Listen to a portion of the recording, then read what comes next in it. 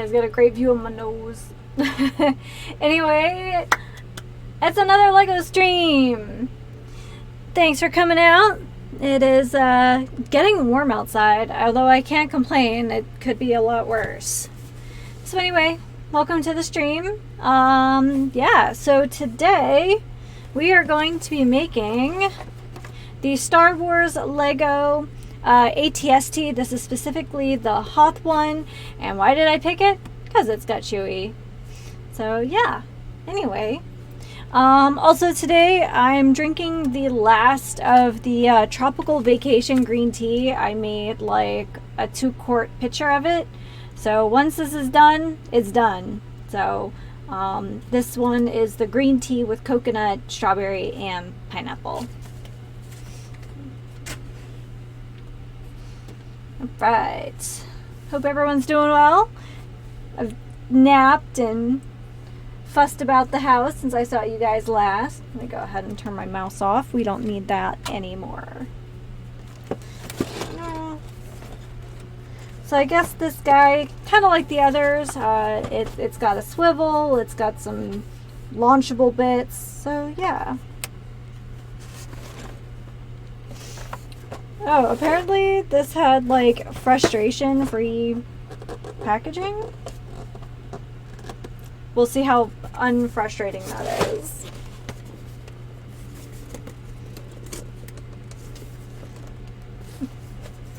I don't believe it.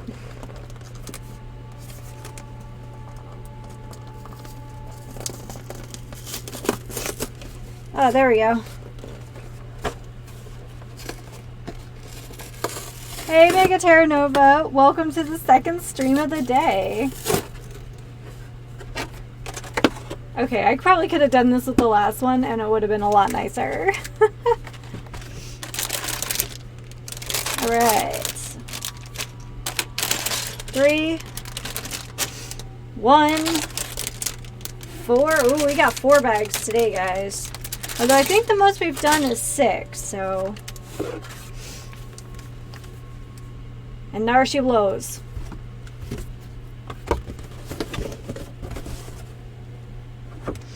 Alright, so bags 2, 3, and 4 can hang out down here.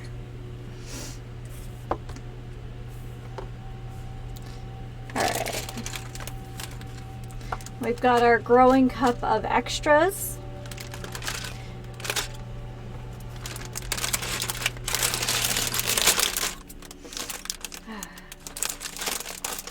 So I played a couple hours of Ark with Mr. B and then just took a super hard nap on the couch.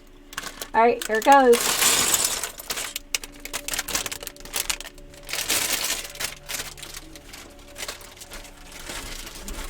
I did remember a garbage bag today, so I can feel very smart about that. Sometimes I remember and sometimes I don't.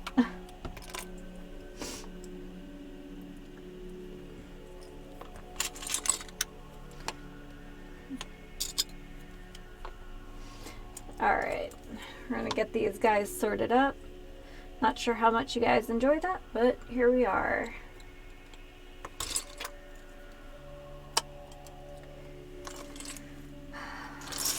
Whew. Some really crazy stuff in the news today, guys. Kind of feel a little guilty doing this, but it's not just me doing this. I'm hanging out with you guys, and sometimes when the world is a little topsy-turvy, we need to just spend time together. So, and it seems like we're having a really topsy-turvy day. So, not to make too light of what's going on.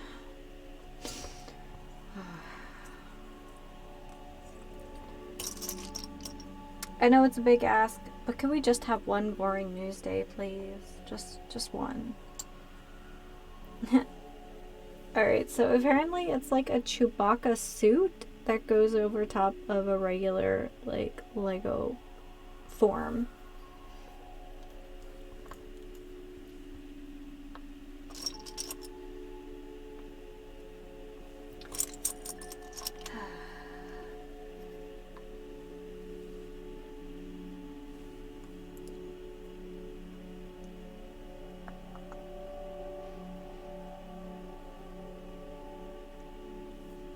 I'm just gonna...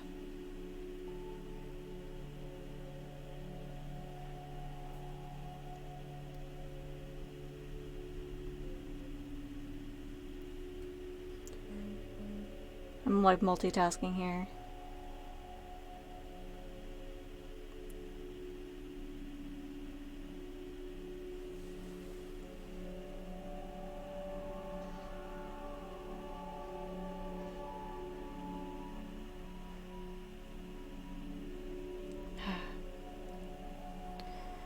I have to make sure all my, like, since it's Monday and normally I work on Monday like a lot of people, I have to turn off all my, like, notifications. Otherwise you guys will be hearing, like, all my reminders to take a break and go to lunch and do all this stuff. But literally that's the only way I function as a person is, like, lists and things. And that includes reminding myself. So before the pandemic, it never occurred to me that I might have the self-discipline to, like, work from home, because I always used to work, like, an on-site job. And then the panny happened, and here we are.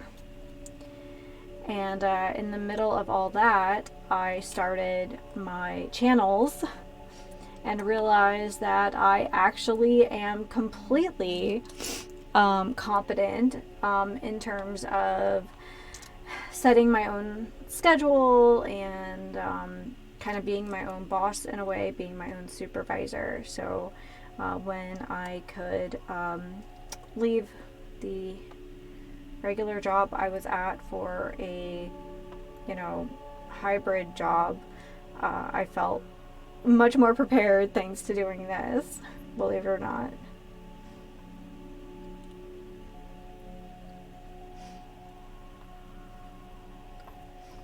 I don't know, maybe that's one of the reasons I kind of hesitated to, do any kind of content creation, because I'm like, oh, it's going to be like anything else where I'll get into it and then I'll just get distracted, and then, everything's going to be left half finished. And, I think you guys have seen sometimes I do get frustrated with things and do things left undone. Like, say, losing, 17 hours of gameplay in Eastshade. But that'll come around, because I hate it's like a nagging sensation that I'm like, I never finished that. Like, it's literally 5 minutes of video that, like, I didn't finish. Also, sorry, you can kind of see my legs. Sometimes the camera, like, clips on to the shelf, like, really cooperatively, and sometimes it doesn't. Ooh, there's a lot of little bits in this one. So, yeah. Now, like a lot of people, I've just lived with a ADD brain my whole life, and kind of dealt with it a little bit as a younger person, and then kind of found ways of just, like, coping well enough to just get by. And now I'm an adult, I'm like, wow, I've kind of been harder on myself than I needed to. So, but thankfully I have still some of those tools I kind of had as a younger person. But looking back, I'm like, oh, some of the things I've done are definitely the product of my ADD. So,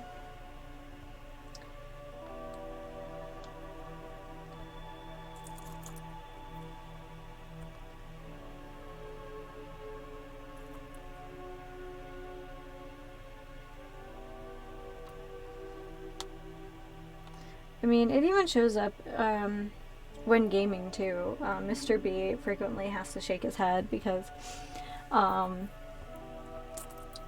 like, forget stuff when we go out of a base, whether we're playing Minecraft, whether we're playing 7 Days or Ark or any kind of, open world sort of scenario. I frequently forget stuff. And I'm like, oh yeah, I'm just gonna repair this. Like, last night, we were out and about, and I had the brilliant stroke that I was going to fill up my canteen before I go. I did. But I never took the canteen back out of the, like, out of the smithy. And of course, we're like halfway across the map, and all of a sudden, it's like I'm literally dying of thirst. And he's like, well, why didn't you bring, where's your canteen? I was like, it's in the spigot, like in the, refrigerator room. He's just like, So, but thankfully, we were near water, so for the moment, he let me use his canteen, and then once we found water, we could fill that back up. But it was just like, why am I like this? So, who knows?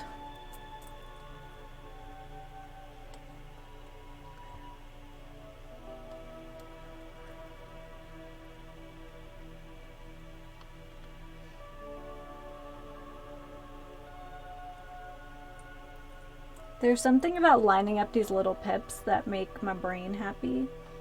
I don't know what it is, but I like it. Oh, we got a lot of little arms today. We're gonna put arms and things down here until I know what we're doing with them. So.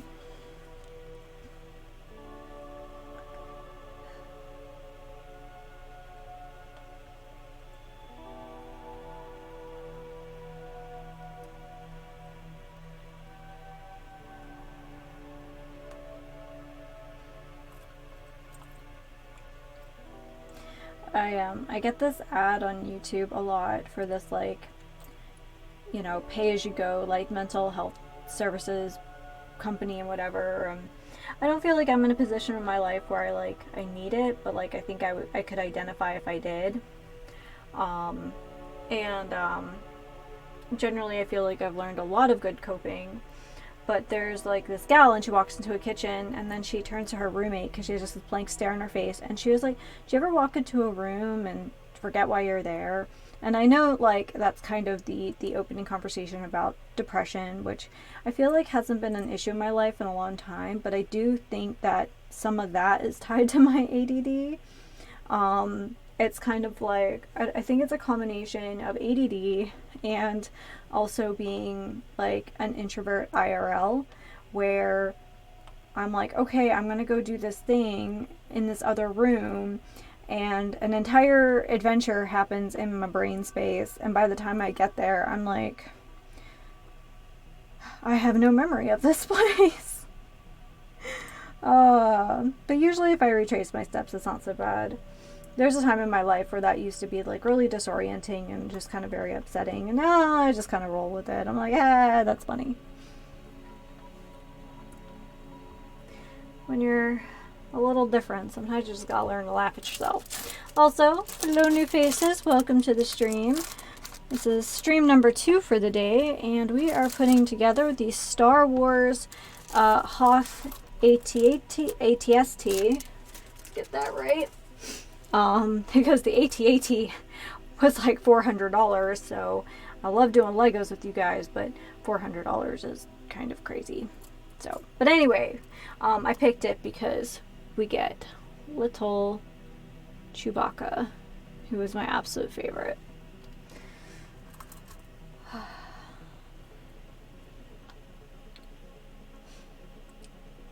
So maybe that's why it doesn't seem unreasonable to me to sit down and do a craft with you guys, or sit down and do Legos for hours on end, because it like scratches an itch somewhere in my brain space, and I'm like, oh, that was satisfying.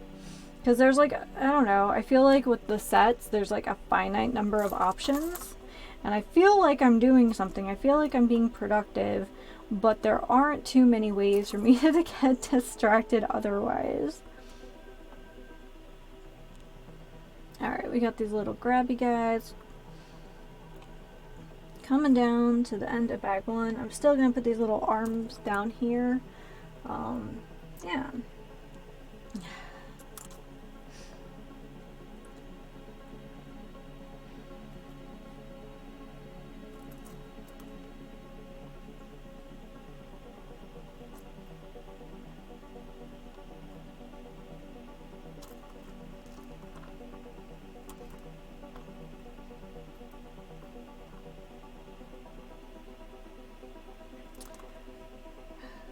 It's amazing how far Legos have come. All these little mechanical bits and chunks, and I know you can't see all these little guys in the corner, but I don't have a second camera, but I hate the idea of not making eye contact with you guys, if that makes sense. Also, if you're coming to my channel for the first time ever, you would have no idea who these, you know, disembodied arms are. So there's me.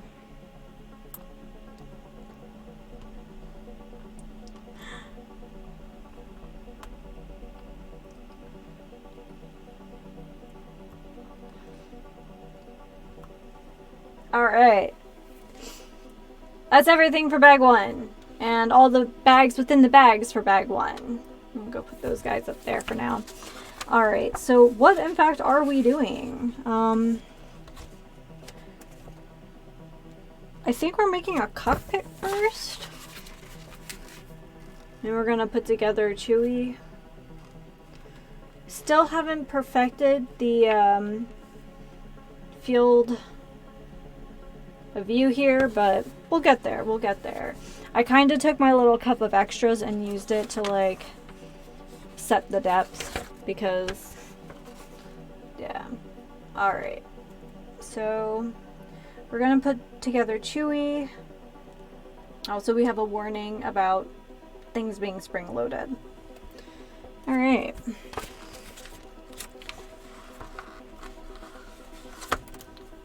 Whoa. That just shook everything really hard. Okay. We got little fuzzy Chewbacca legs. I would like to point out that I'm a little miffed. They are only fuzzy on the front. They're just bare on the back, but I guess that's just like, can't really print on the back of these guys. And then we have his like, there we go. I wish I could do a Wookiee impression for you, but you don't want that. Okay, so we're going to make his crossbow next. Okay.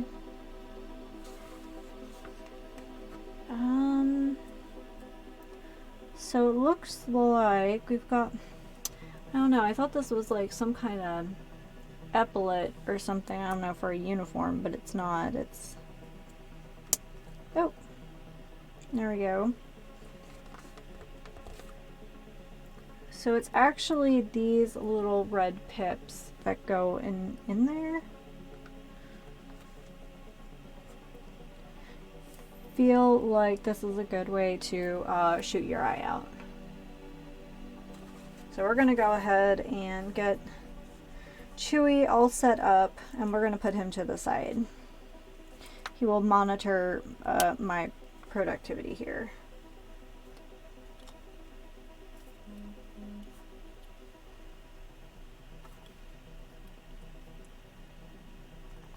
Oh. Chewie is a little top heavy, especially with the crossbow, but we're gonna put him here. Alright. So I guess what we're building first is kind of a tiny version of that drone. It's one of the first Star Wars items that we built. Yeah. Okay, so first thing, we need one black pip with an open top, and then one of the little square guys with pips on all sides. I think that's what this is. Okay.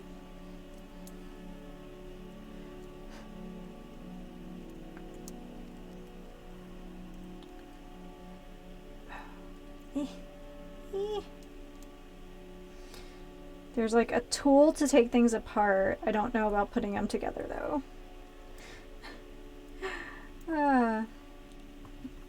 Also, I've let my nails get a little long. I don't know if that's making it worse. Alright, so we've got that little fella, and then we need 4 of these little smooth triangle bits, and 4 smooth triangle bits with a little connector, and then there were 4 hinged black pieces. Yeah, right here. So that's up next. So we're gonna take this like little elf shoe thing. We're gonna put a hinge to the right. And then the little, yeah. I did vacuum in here, by the way, and I did find one of our, like, first missing black pips eventually. Okay, so now I get to do this 3 more times. Shoe. Hinge. I feel like someone somewhere is offended because there are probably very proper names for these pieces, and I'm like, I'm just gonna call it what it is. That looks like a tiny elf shoe.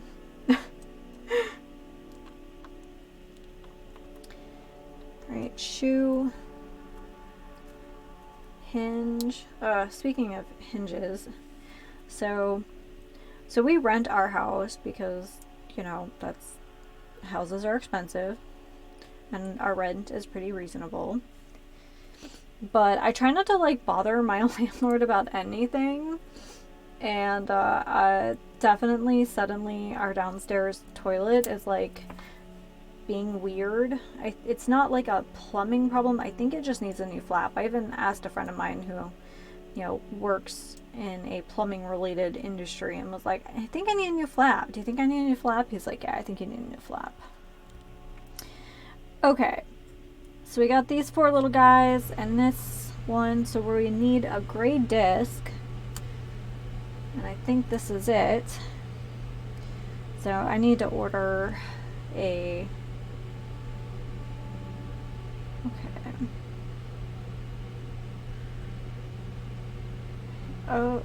Oh, okay, I kind of get it. All right. So the hinge goes down, and then it kind of goes around the centerpiece. Oh, let's see if that makes sense to you guys. So I was kind of looking at them this way with the hinge on the side, and actually they're not. The hinge faces down. So anyway, so I guess that's on my list of things to do this week, is to buy a new flap. But there's like a big municipal works project going on near us, and I think we just have a little bit more sediment than we used to just coming in. I mean, we have a filter on our faucet for drinking water, but I think it is making the toilets a little weird, because I noticed the upstairs one now has rusty stains it didn't used to have, and it's a fairly new toilet, so, you know, let me just fit that into my week. So, but again, I try not to bug my landlord about stuff if I don't have to.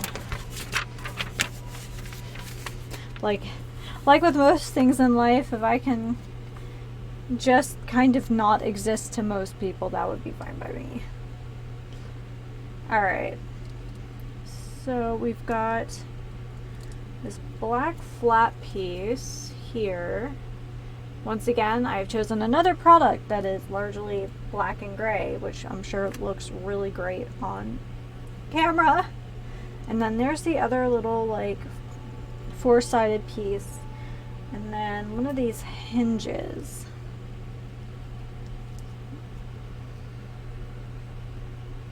So we're making that little baby drone. Okay, we're gonna put that guy to the side. And then we need, it looks like 3 black pips with the open tops.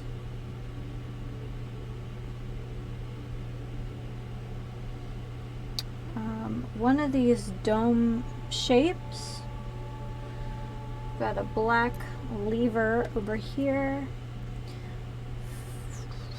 Can't tell, is that black or gray? Okay, that's gray. And then I think it's 4 of these fellas.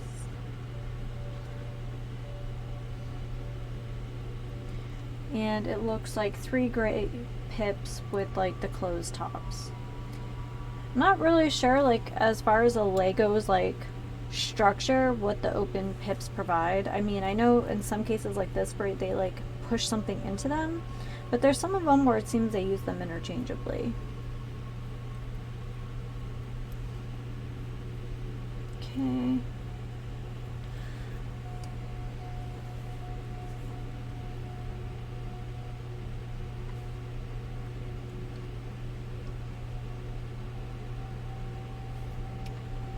And then, so we make one of these, and the rest are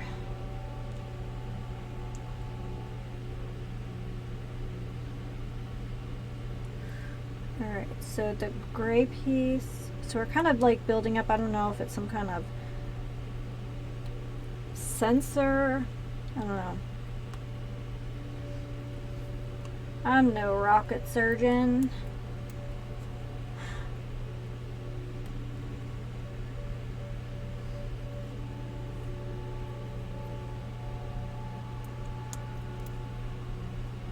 Alright. So we have the one in the front here, and it's got that little flange. And then kind of all the way around like we did before. Two of the same, and then this one that has the little lever. And then this one that's the same as the others. Okay.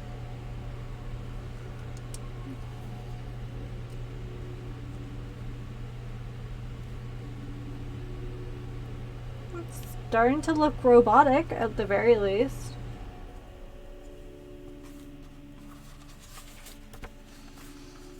Alright, so we've got... Alright, so the lever goes up.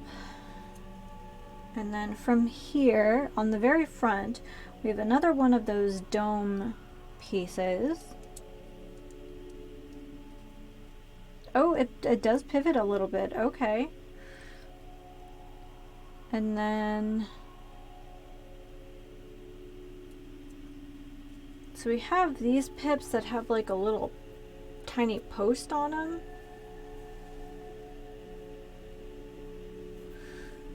One faces out, it seems.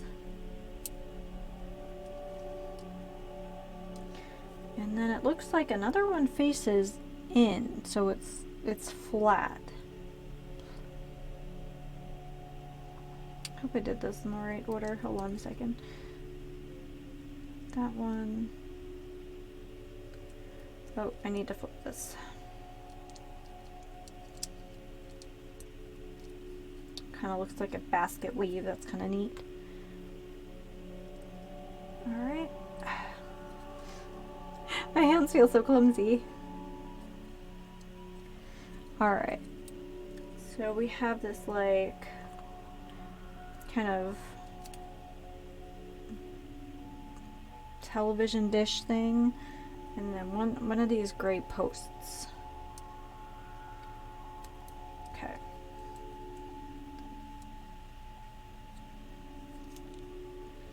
Alright, so we're gonna put our little drone to the side. Next we need this white triangle and this clear bit, and that goes in the center. Oh, I think this is kind of like, we made a big white snowy looking base. So I think that that's what this is. This is gonna be our kind of support for this little guy. Yeah, that's nice.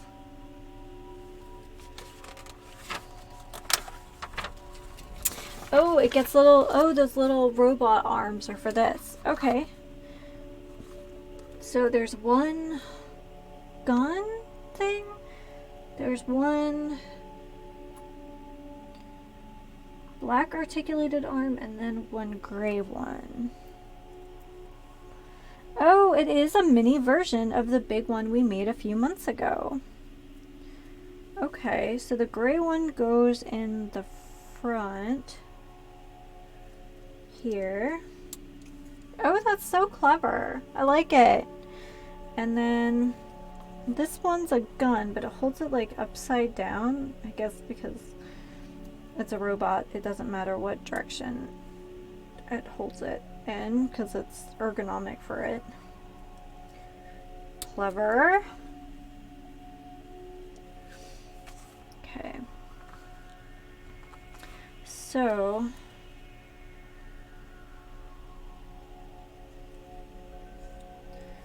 I guess we're flipping this around to the back.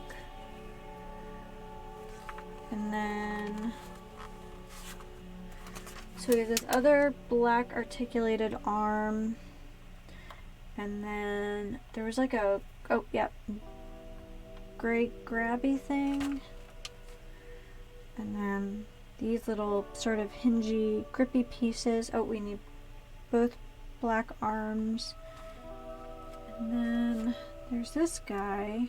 It has like a, it's like a pip, but it has like a dowel on the back. Alright. Look how cute it is. It looks like the little drone that we made before. It's just teeny tiny. Ah, so smart. Okay.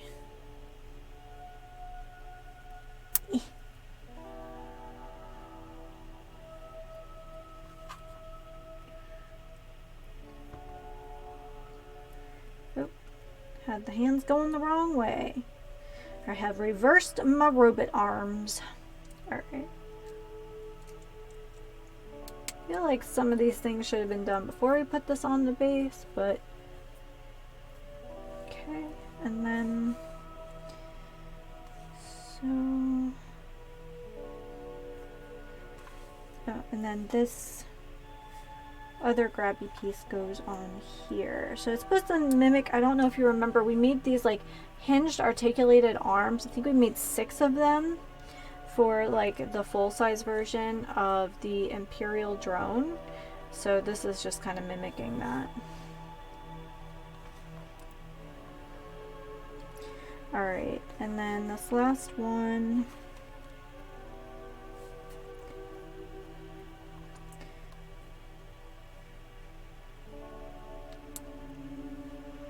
Again, it's like another tool sort of hand. And that goes underneath. Okay, so we basically made a baby Imperial drone. Oh no, we lost a hand. Part of a hand. What was in that hand? I don't remember.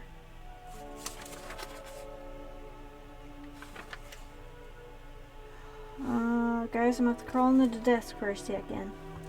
Give me a second. There's not too much down here. Oh, you know what? It's okay. I think it was actually... Sorry if I just collided with the... It was one of these guys. I just kind of like propelled it into nothingness. Okay, here we go. I didn't break it, I don't think. So here's our teeny tiny Imperial drone with all of its arms. And then we're gonna start making some of this bit. Hey everyone who just came to the stream, thanks for joining me. This is my second stream of the day. We played Oblivion earlier today, and now we are working on the Star Wars, the ATST, but this is the Hoth version because it's the one that came with Chewbacca. There's also an ATST that's from the like Endor like speeder battle, and then there's also one from the Mandalorian series, but this is the OG, and of course Chewbacca. Okay, so 2 of these and these 2.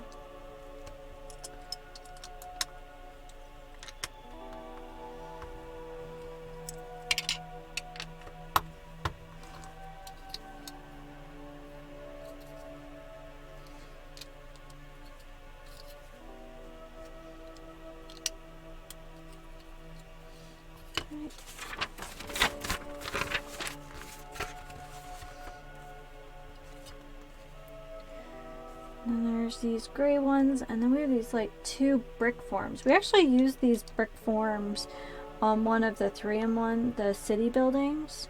I think they're kind of neat looking bricks, so kind of fun. Alright, so first things first, these guys get a black peg put in there.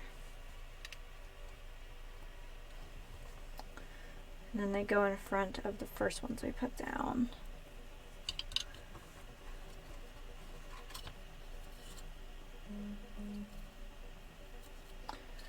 And then bricks, but the single line facing out.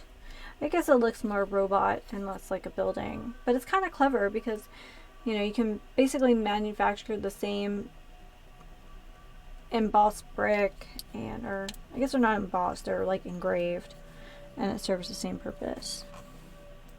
Alright, so I'll put that guy down, and then we need 2 of these oval bits.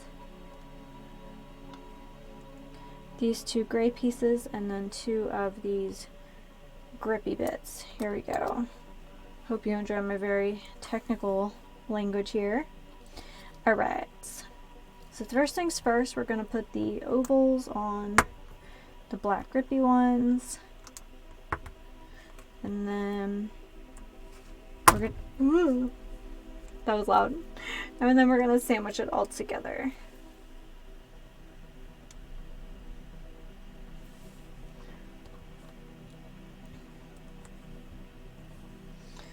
And then these go on the front.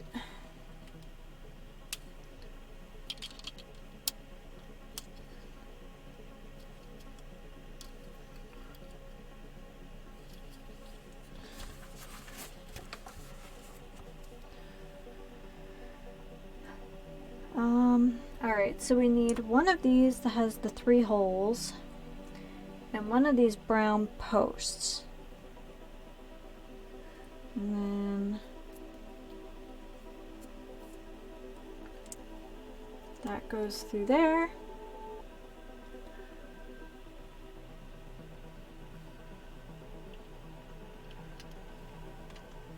And then we're going to do the same thing on the other side, and then I'll pick it up and show it to you. Fits really nice and flush. That's really nice. So, we've got some pivoting pieces on the sides here.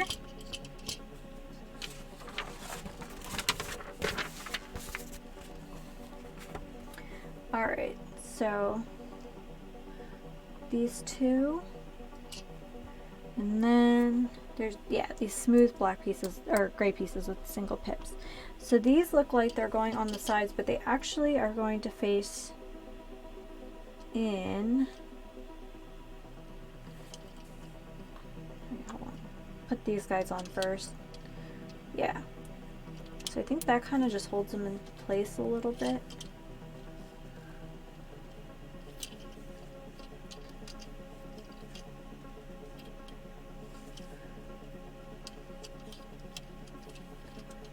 Feel very wiggly. I'm afraid I'm going to lose them.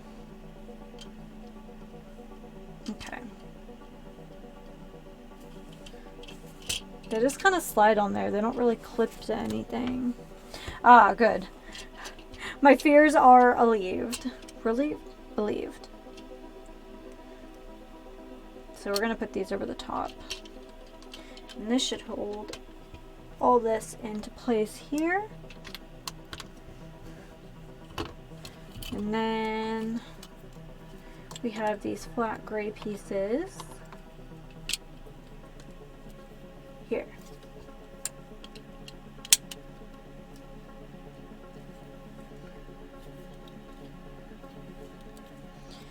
And then there are these 2 kind of funny looking foretops. And then these 2 black curved pieces. Okay, that makes sense. So on the front that has these kind of dowels.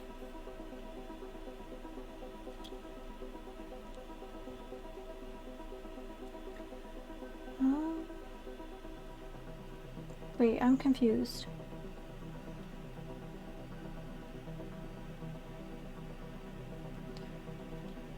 Did I do something weird?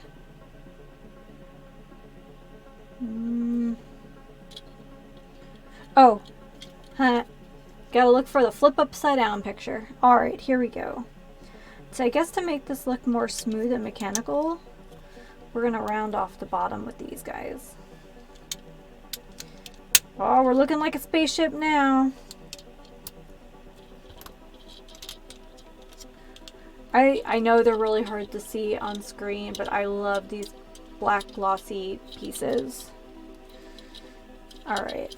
Oh, and this like weird engine looking bit. I think this has been, we've seen similar pieces like this used for like the cockpit. And then we have these two gray pieces here that kind of, I don't know.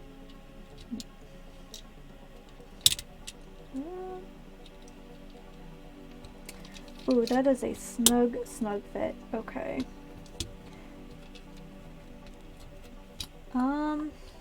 Let me see if I can put the round pieces in first, because these aren't very flexible.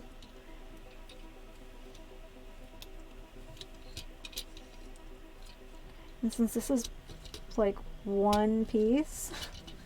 Oh no! We're so early into the day, I might have to use the tool already.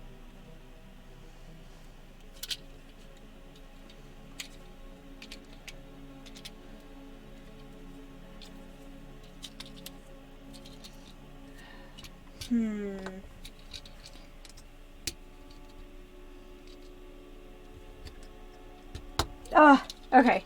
I feel like I have to stretch this black piece a little bit. It feels a little unintuitive with Legos, but okay, we can squash this down now.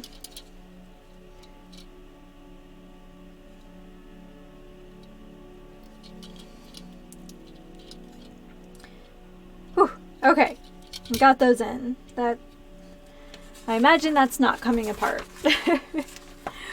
Alright, let's put this right here for now.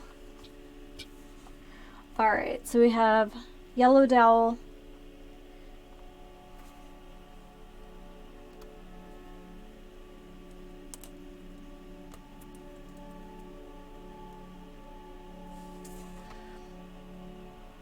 And then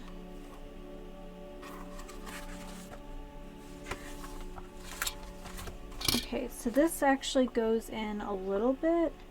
I think it's like kind of the length of the red one, and then I think we put this red one all the way down next to it.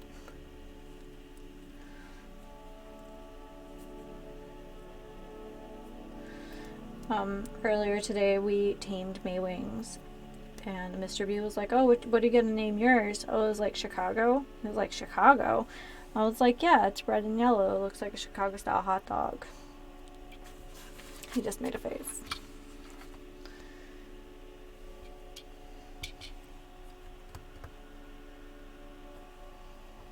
Okay.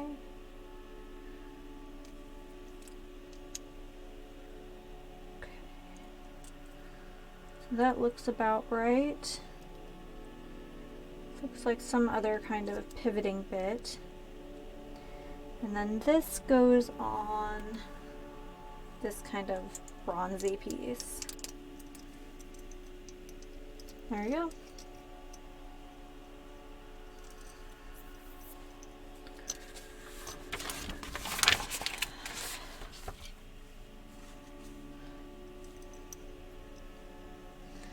All right.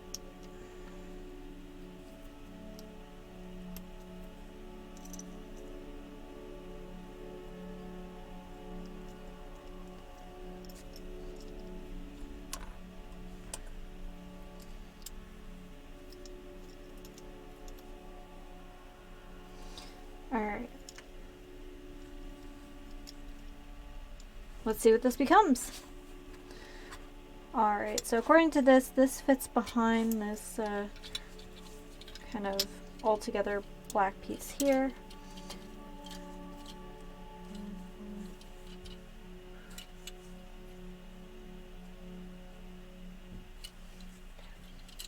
Alright.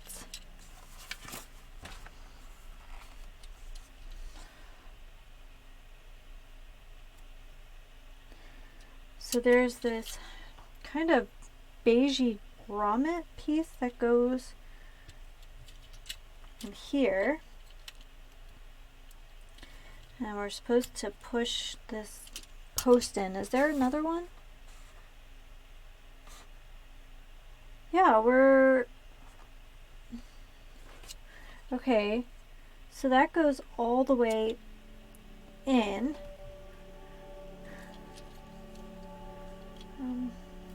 I don't know how well you can see that turning, but that little, I guess it's a cog, and then that turns all the way around.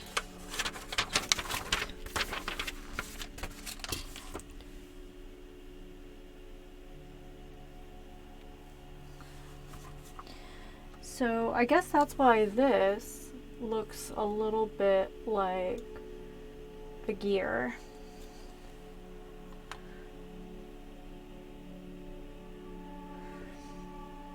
So we have a second one of these, and it's going to go face down in this piece.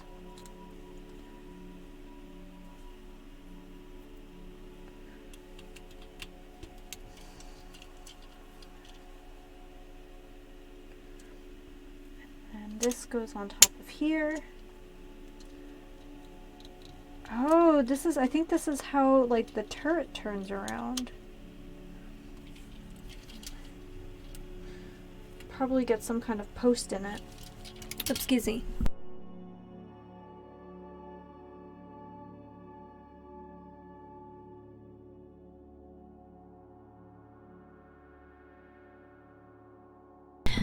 Sorry about that. Okay. Oh, I was right. Alright, so this red one goes through here.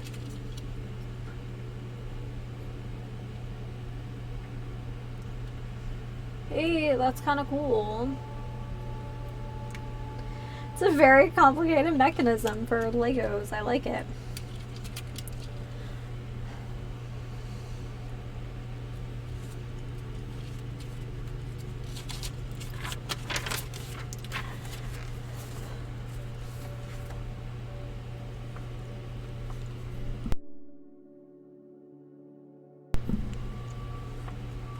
Alright. So with this guy, ew, something caught in my throat. Ew. Alright, one of those.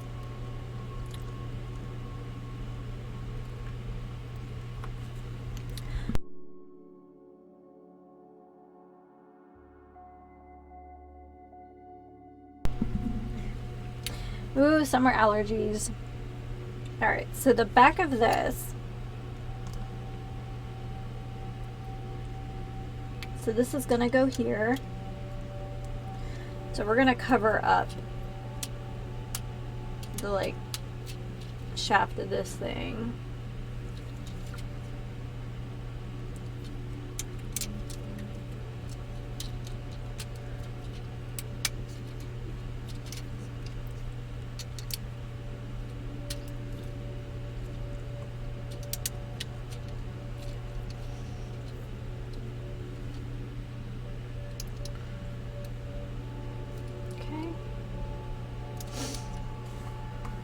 And then these 8 pips here go along the side.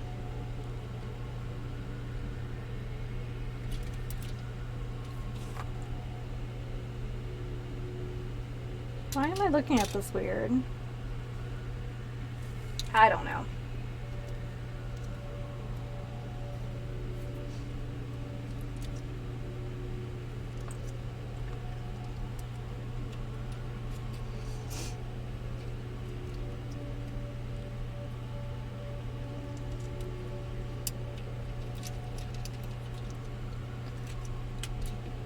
Bats.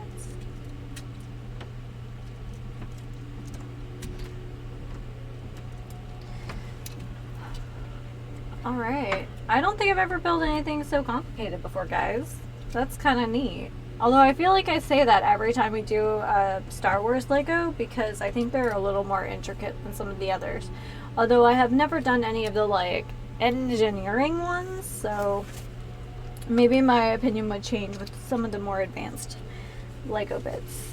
Okay, so with this facing to the front, we have this grate that goes over top here.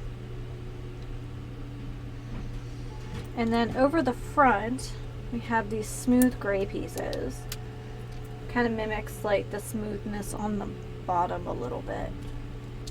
It's got a few edges, it has that kind of like 70s sci-fi sort of aesthetic.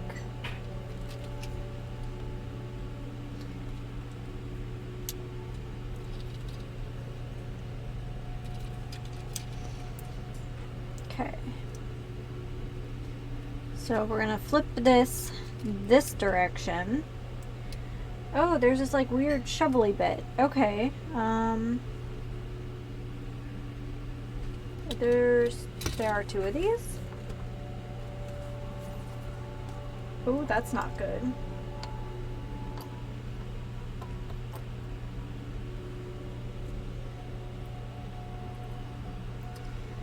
Well, I wonder if that's one of the pieces I've chucked on the floor. I don't think so, though.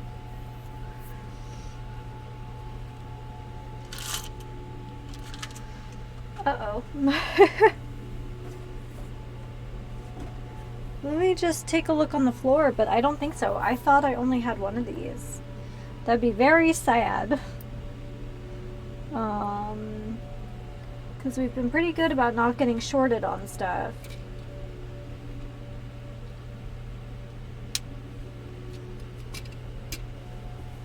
Let me just take a look underneath. Oops, sorry.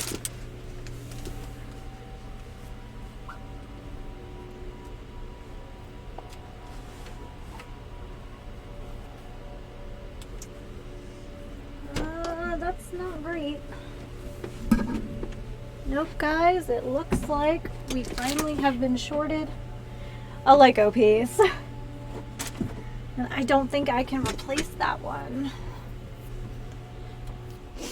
Oh well.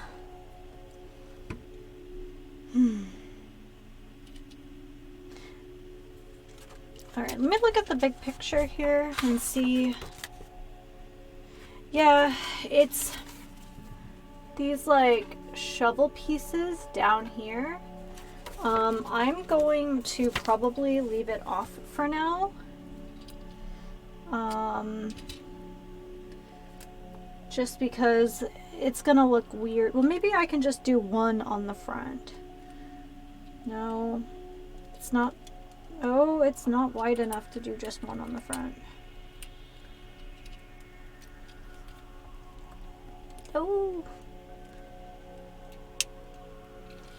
Oh, it looks weird. Guess it had a malfunction.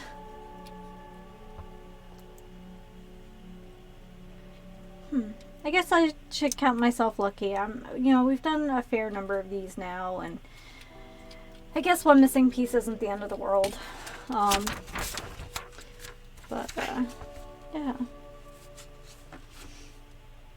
Okay. Let's see, in the back of the book. Oh my god, there's so many pieces.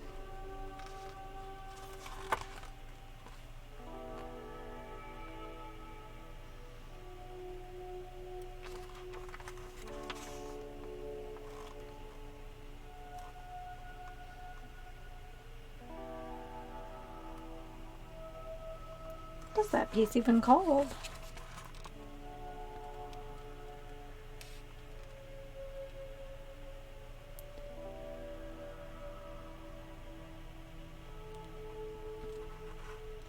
Just thinking if I had it fresh in my mind what it looked like. Okay. Okay, so that's alright. So maybe I can email them and be like, hey, you know, and then eventually just pop it on under there. Alright, so we have this like paint style. And then this grippy one. Kind of looks like a paint roller.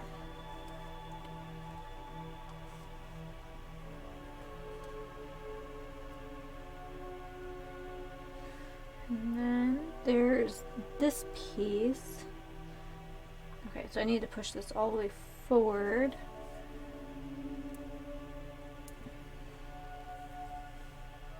It's like some kind of pipe. Okay.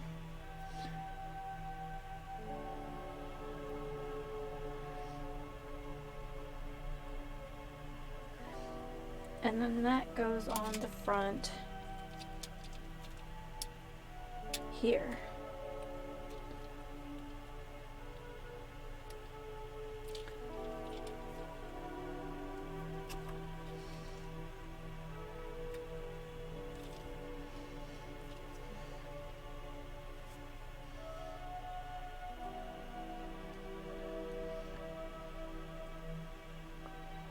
Alright, so it gives it, I don't know, more robot pieces, I guess. And then we're gonna smooth out this part here. So that actually tips back that way. And we're gonna go like that. And like that.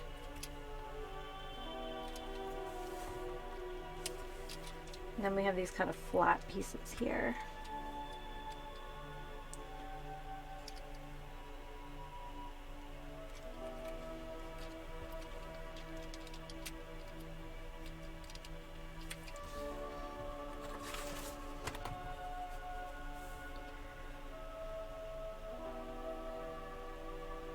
It's a lot of extra pieces.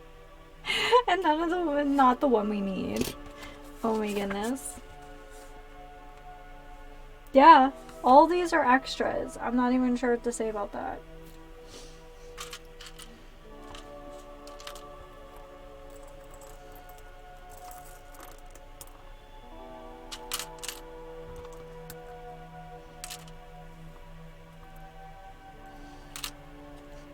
Our cup of extras is growing.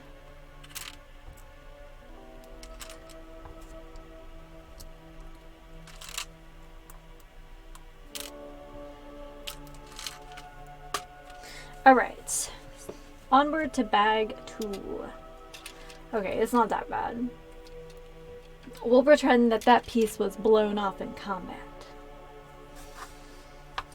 Alright, so let's grab bag number 2.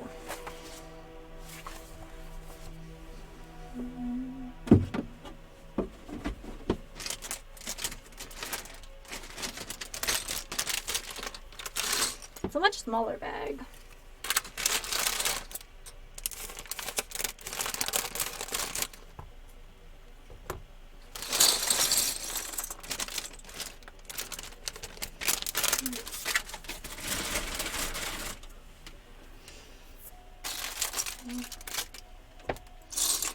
Oh, we've got little man pieces.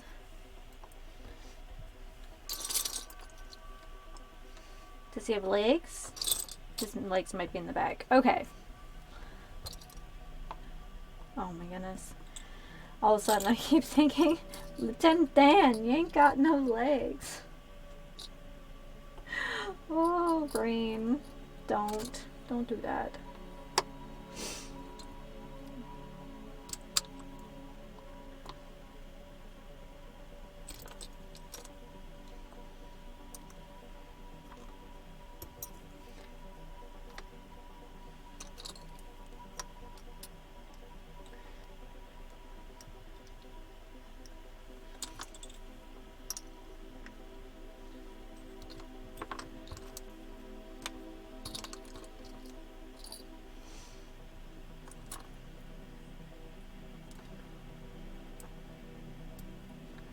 Right.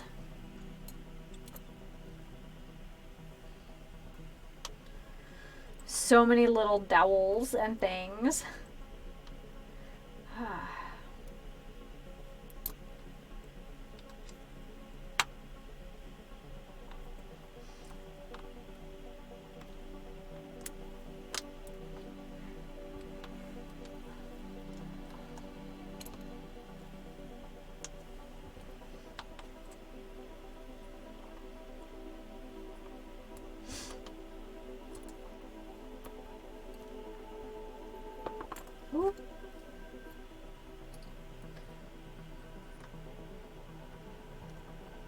Oh, there's his little legs.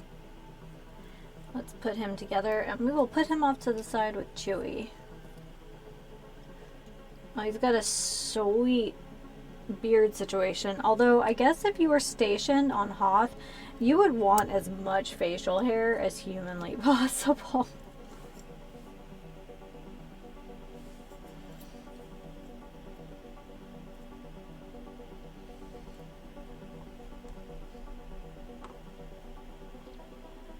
His helmet makes him very top heavy. You have to have like really strong neck muscles just to wear that helmet.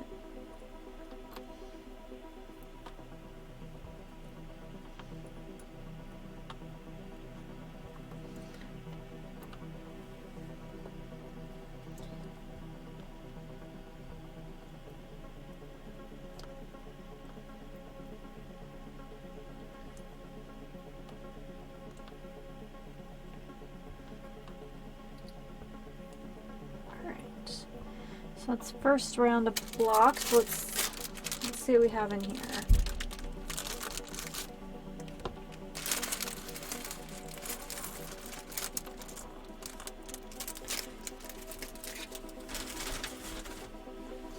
Alright, well, I just saw his little...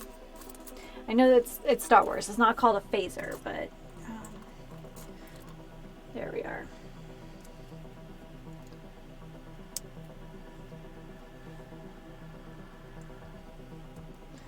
Ooh, lots of little dowels this time. Got gray ones, we've got beige ones.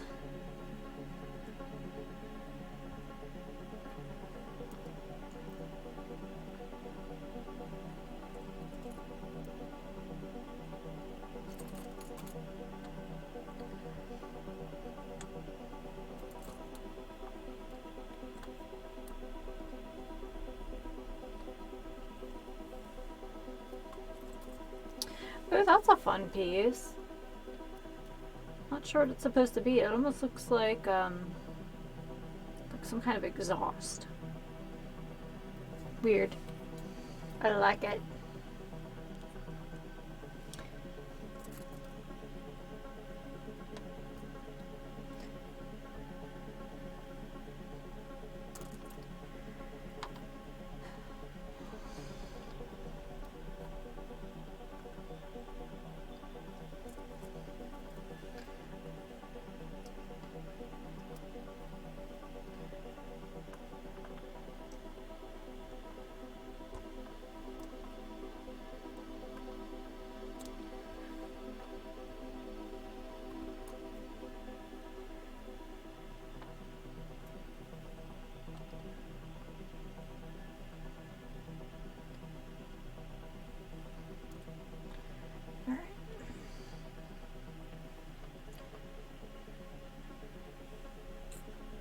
So some of you know that I started doing the Lego streams last year when my cousin passed away.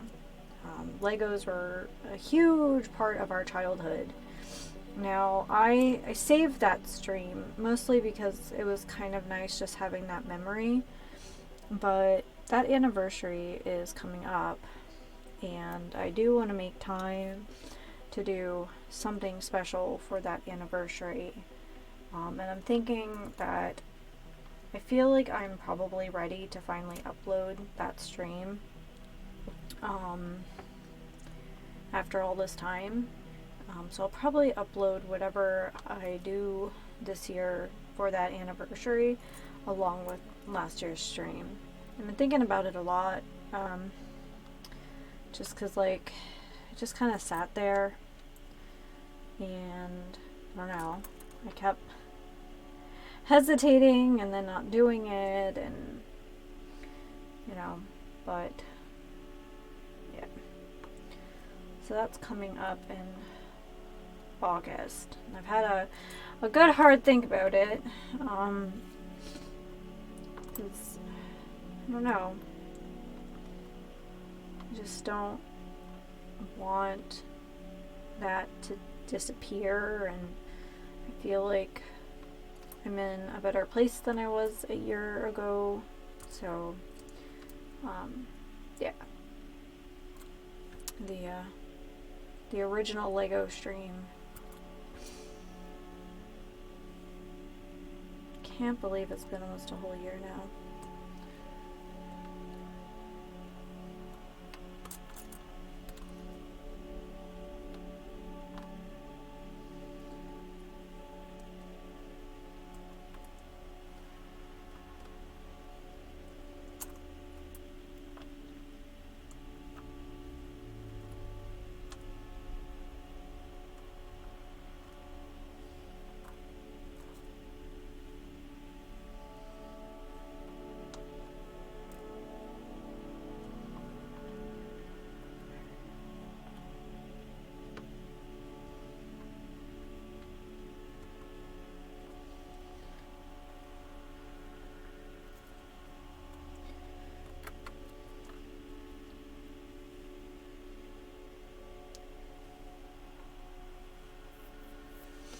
Alright.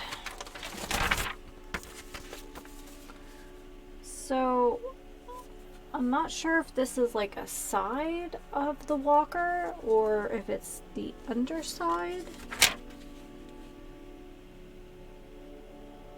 Can't really tell. I'll figure it out. Okay, first things first. One of these and two of these.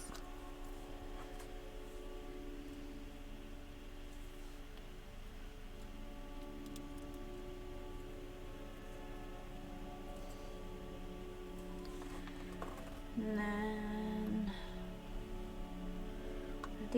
one of these bronzy bits, and then one oval gray one. Alright.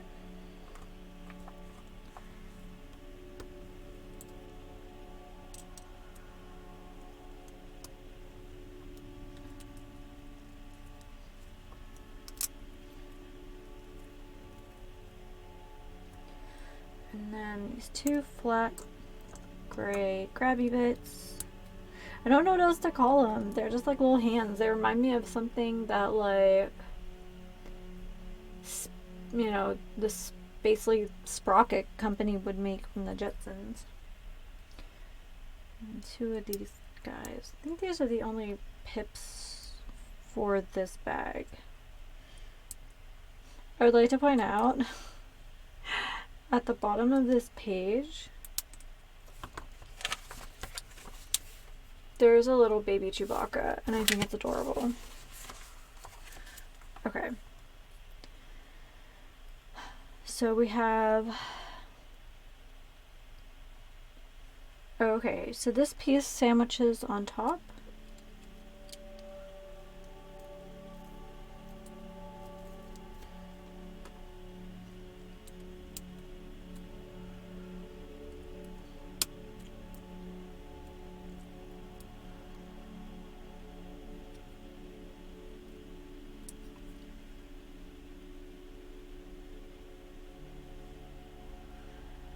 Okay, there are directions on what not to do here, so... Alright, so these two bronze posts, and then 4 of these washers? I guess that's what they're supposed to be, or how they're, the purpose they're going to serve. Alright, guess we'll just drop these guys in here for now.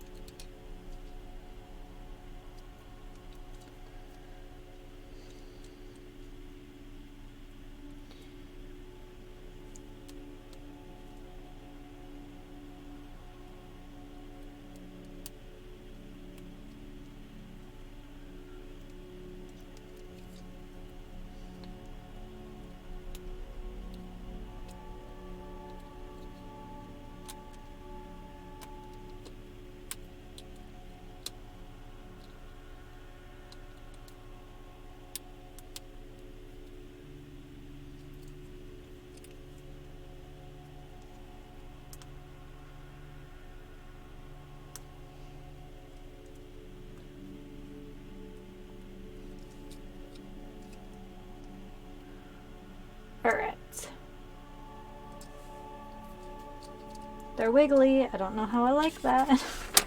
I'm sure they'll be secured some other fashion. Okay, so we're gonna flip this over.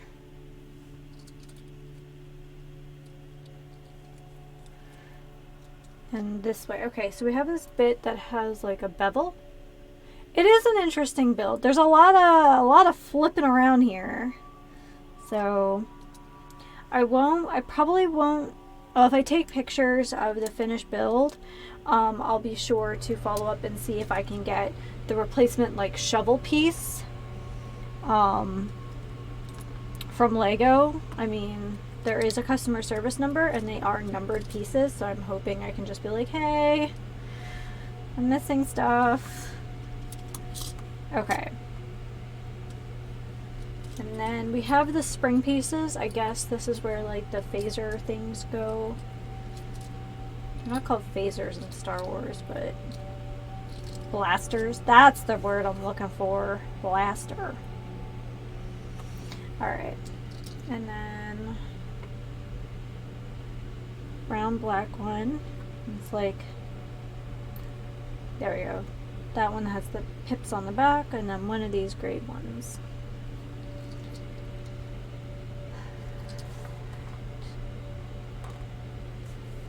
So this is these are going to keep sliding, but these are supposed to look like they're supposed to be pushed pretty far forward.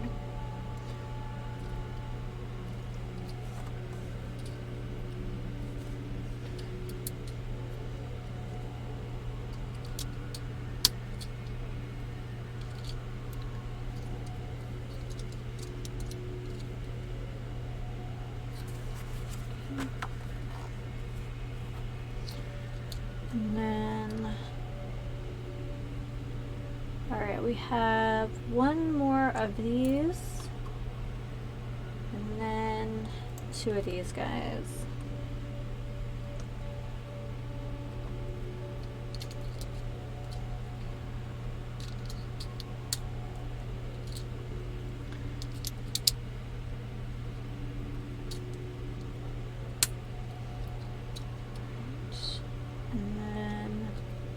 This guy. Alright.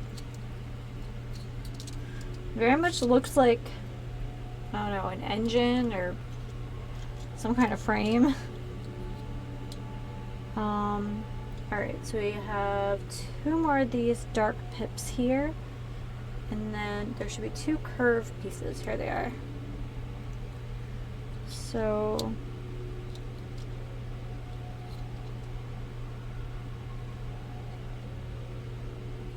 oh, okay, so that's how this anchors in place. So first thing we're going to do is we're going to put these, they're kind of, and you guys can't see it, but these are actually kind of a gunmetal color or like a charcoal color. It's a really fun color. I don't think we've seen this color yet in a Star Wars build.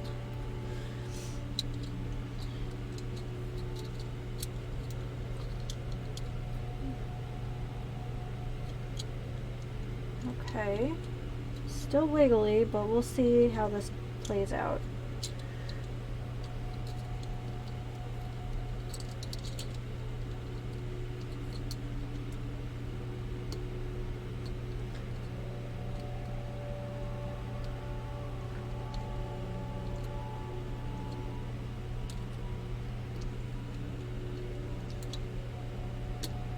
There we are.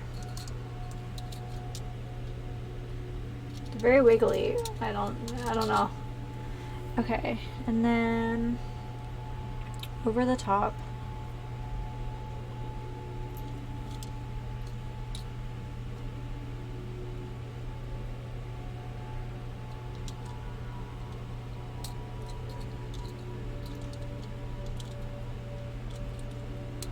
Oh, I have the Jetsons theme song stuck in my head now. Because I said Spacey Sprocket. That's my own silly fault. Alright, I think we're going to put this guy to the side for the moment. We're going to take one of these. And one of these.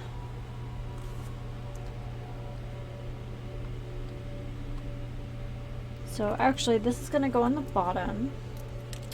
Ooh, I felt dirty saying the phrase, well, actually. Ugh.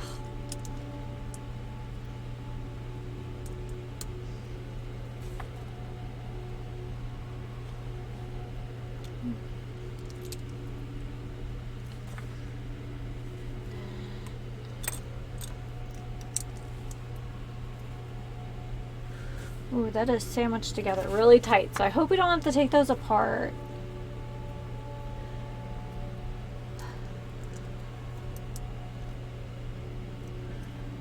Okay, and then I think we use these for booth seats in the cafe. They're like smooth on the back.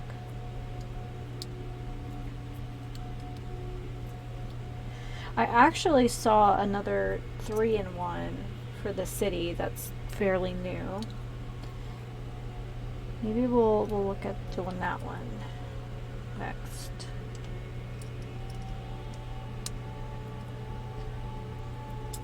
Hey. And then, ooh, this weird piece.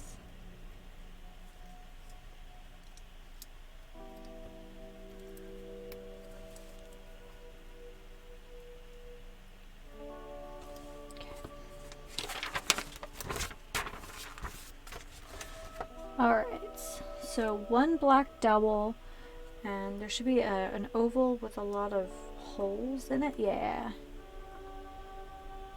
Put that guy over here for now. So from the back, and then this piece from the front. I like that Chewy is on every page. This makes me very happy. And then on the other side,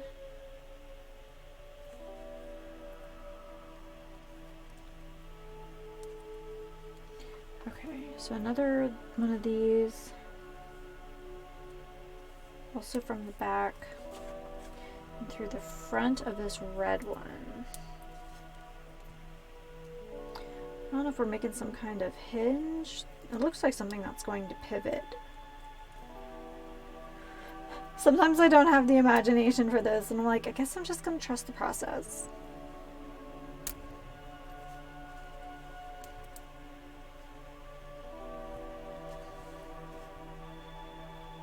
So it's kind of set up like it could pivot a little bit. Okay. And then there are these two. It's kind of fun. They use these like really fun, very 70s colors, and a lot of times once the build is done, we don't even see them. It's kind of a nice little secret because, you know, we assembled it together and we know those colors are there, but like no one else would.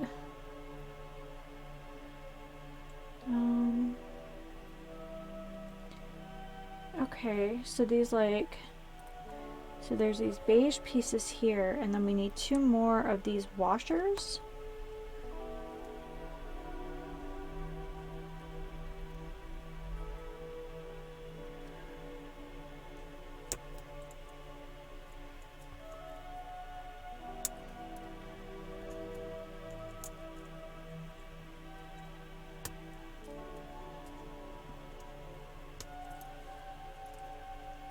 Okay. So on the front, we have one of these.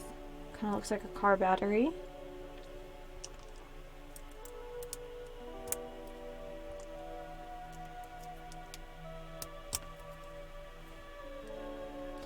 And then take this guy back.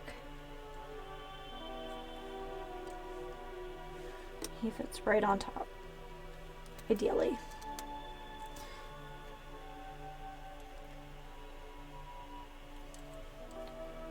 Oh, the colors are so 70s.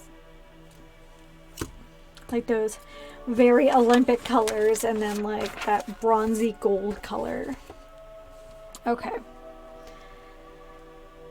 So we need 2 of these.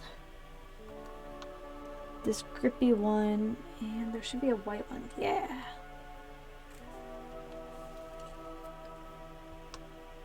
So white. black. Oh, I skipped a step. These stack on top.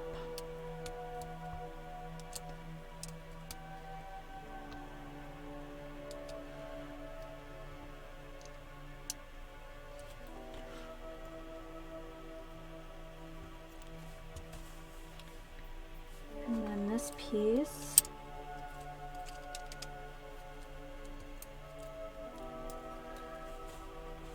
And then over the back, are these small ones. They're kind of similar to the other black pieces that, you know, like I said, have been used as like booths in the other one.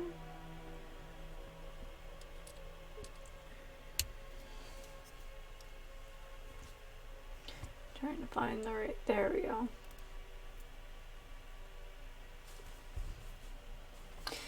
Hi, welcome to the stream. We are working on the Star Wars ATST, the chicken walker, if you would, from the Hoth battle from Empire Strikes Back. Because unlike the Endor ATST and the Mandalorian ATST sets, this one comes with Chewbacca. Literally, that's my reason. And we've got our little Chewie right here. So welcome to the stream. There we are. We are on bag 2 of 4. Yeah, so we're working on this section here. Alright.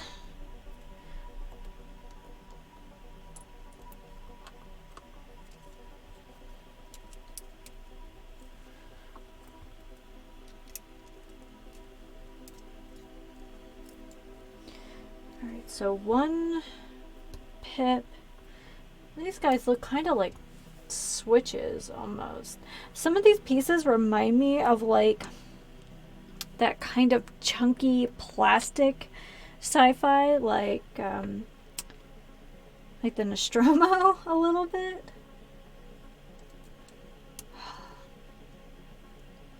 I don't know. The more and more I think about it, I think about what Waffles said a couple months ago, and now I'm wondering if, like, at some point I'm going to have to play Alien Isolation on stream, or at least record it for the channel. Because now I kind of can't get out of my head, because I feel like if I play it with you guys, I can't, like, be a coward and stop. Even if I turn out to be really bad at it. Alright.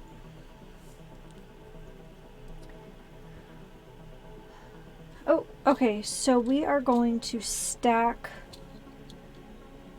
this on top of that. So that was from the first part of the bag.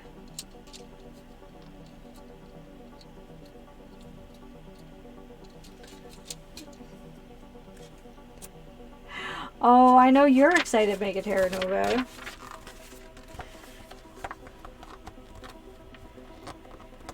I think you two have conspired a little bit to like egg me on to play games that A, so far I have never finished, and B, you both know, scare the lights out of me.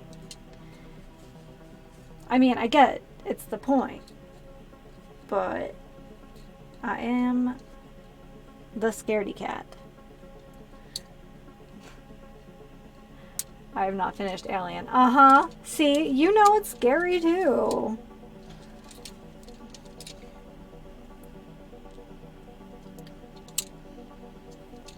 Any person who's like, it's not scary. I'm like, well, I'm a mortal woman with mortal feelings. And the game is put together well enough that, yes, I am scared playing it. Egg, egg, egg. Yeah, yeah. Egg, egg, egg. I see how it is. Oh my goodness.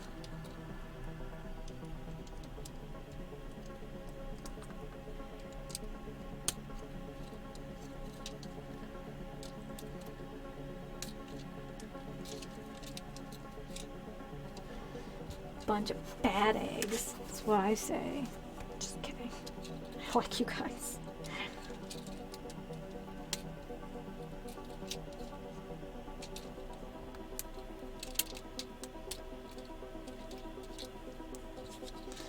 Alright. I like how in the illustration these bits keep moving too. I'm glad they know that they're wiggly. Hey. Got some jet engines here. Oh, hi giraffe, thanks. I don't have a second camera, so I just kind of slap a selfie down in the corner so I can still kind of look at you guys. Welcome back. Stream number 2. So we're just finishing up bag number 2. And then this is from number 1. So this is like the pivot part. This actually turns. So I'm not really sure what we're pivoting. I think it's the cockpit of the chicken walker. So yeah, and then of course we built a teeny tiny version of the Imperial probe droid that we built, and I think that was the first Star Wars one we did.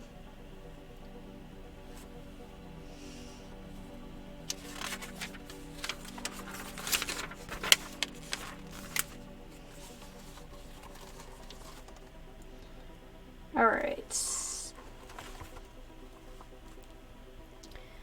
2 of these. The last one of these guys. Unfortunately, this is also the first time that we've had a Lego set that was genuinely missing these. Do you ever take apart old finished Lego pieces and redo them? Not yet. I was thinking about once I have I think there's a third 3-in-1 of the city buildings that I'll do probably for the next stream. I think once I have the 3 of the city sets, I kind of want to take those apart and make a different city block, because you can make 3 different buildings out of them. But I've been saving all the extra pieces from all the builds we've done.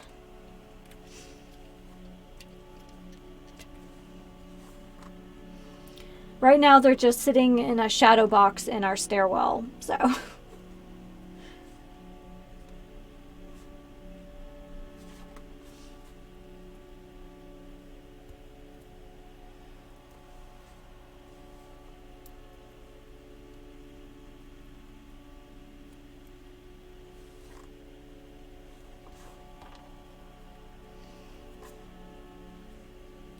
Some of the 3-in-1s are kind of pricey, but I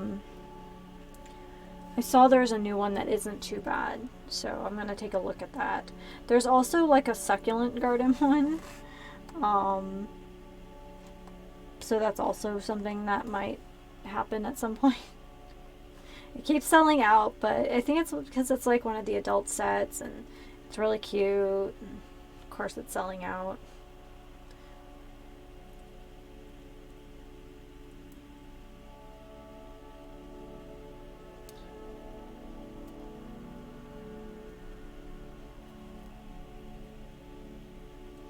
All right.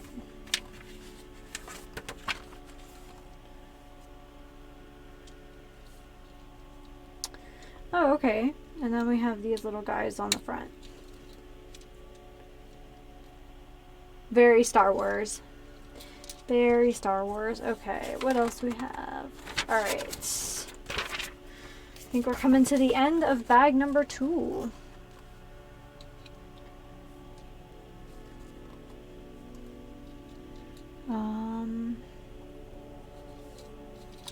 Alright, so we have these pieces. So this is number 1, this is number 2, and then number 3. Amanda, sign out for lunch.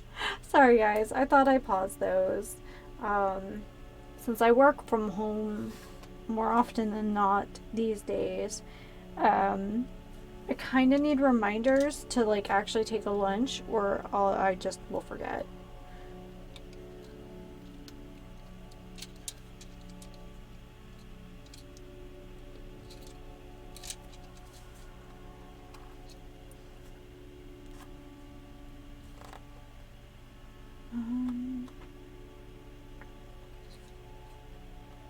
Okay.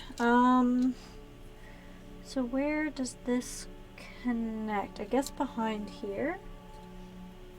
Oh, okay.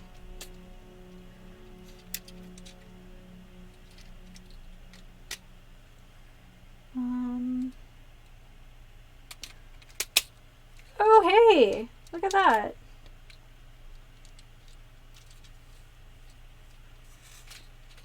Hey, it works! That's pretty cool. Did I put it on backwards? Kinda. Alright, I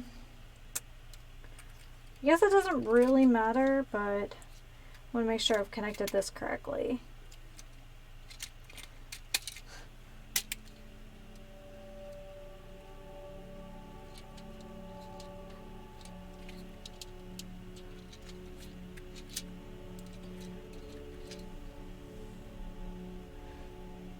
Hey, so our little... this guy works. That's pretty cool. Okay, I still have no idea what this like shovelly bit is for. It might just be a broken piece of plastic.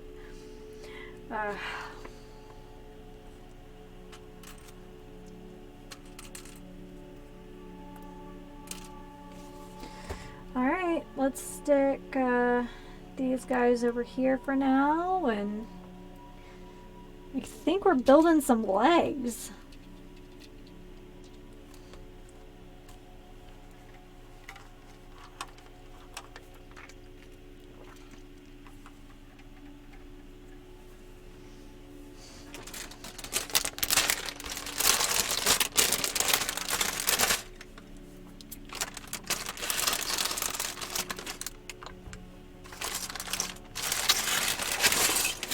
Crash.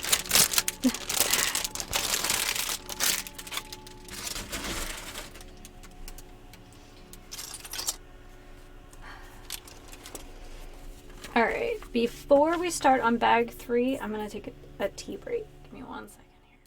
Hey guys, I'm back. Okay, bag 3.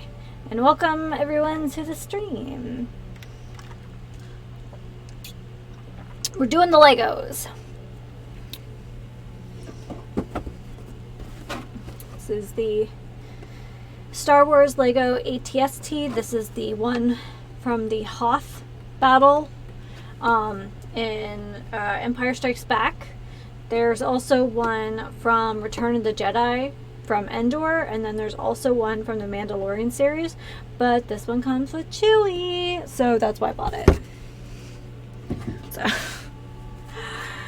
I know, and every page has a little Chewbacca on the bottom, so I'm pretty into that.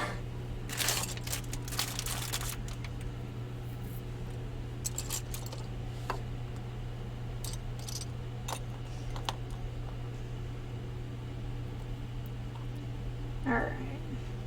The sorting of the pieces. So thank you everyone for coming to hang out.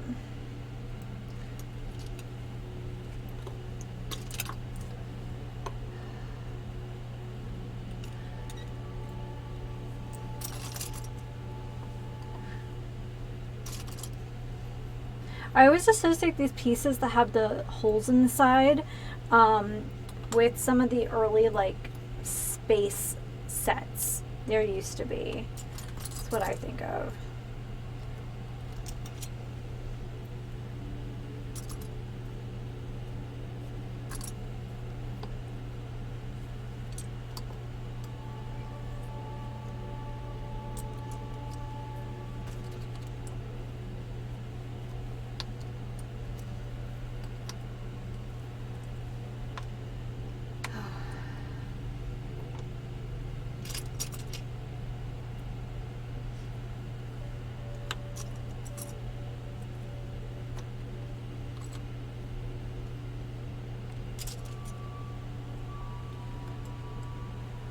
stack those up. There's a lot of really strange pieces, but I'm guessing it's because we're building jointed legs.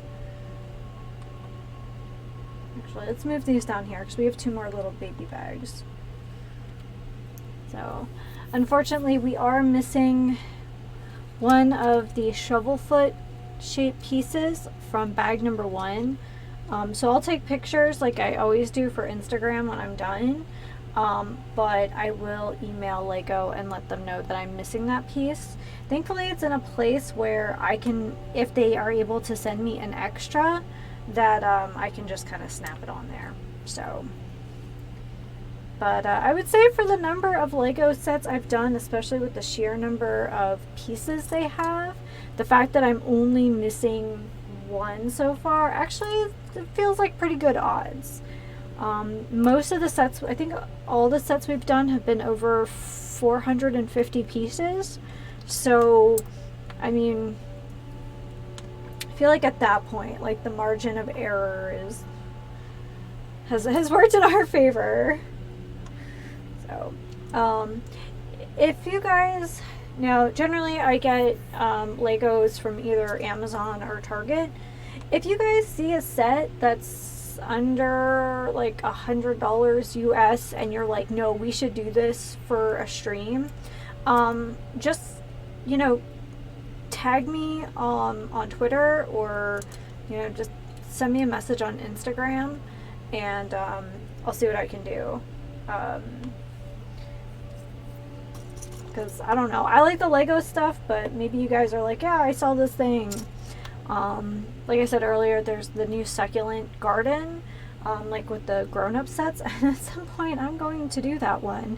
But it came out, I want to say mid-May, and it like instantly was sold out. I was just like, that's nuts. It was like 50, I think it was $49.99, and then I saw people selling it for like $200. I'm like, that's so rude.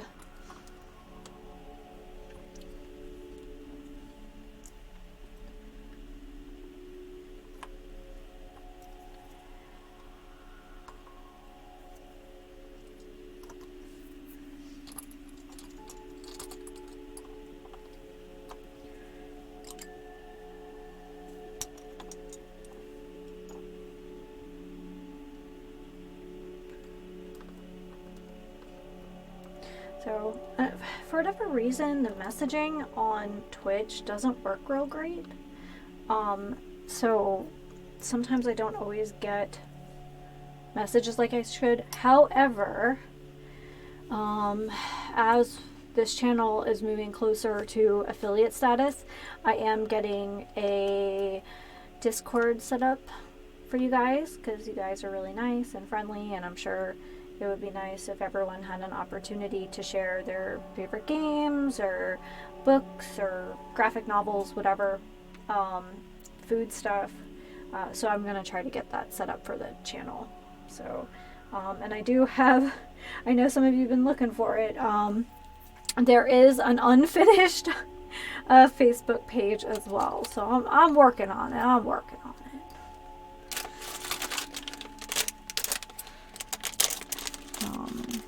I also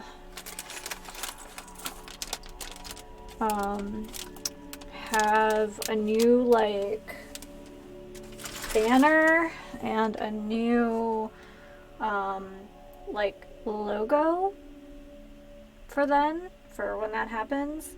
I collaborated with a lovely artist named Charlotte Healy, and she designed a very cute logo and banner for the channels, so that will also be going up. So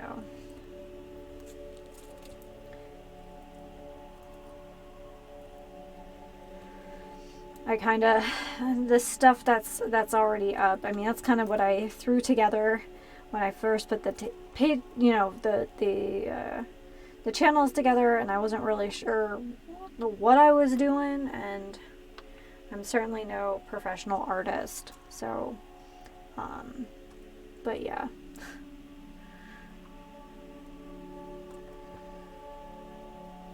So the aesthetic changes are coming, but same content.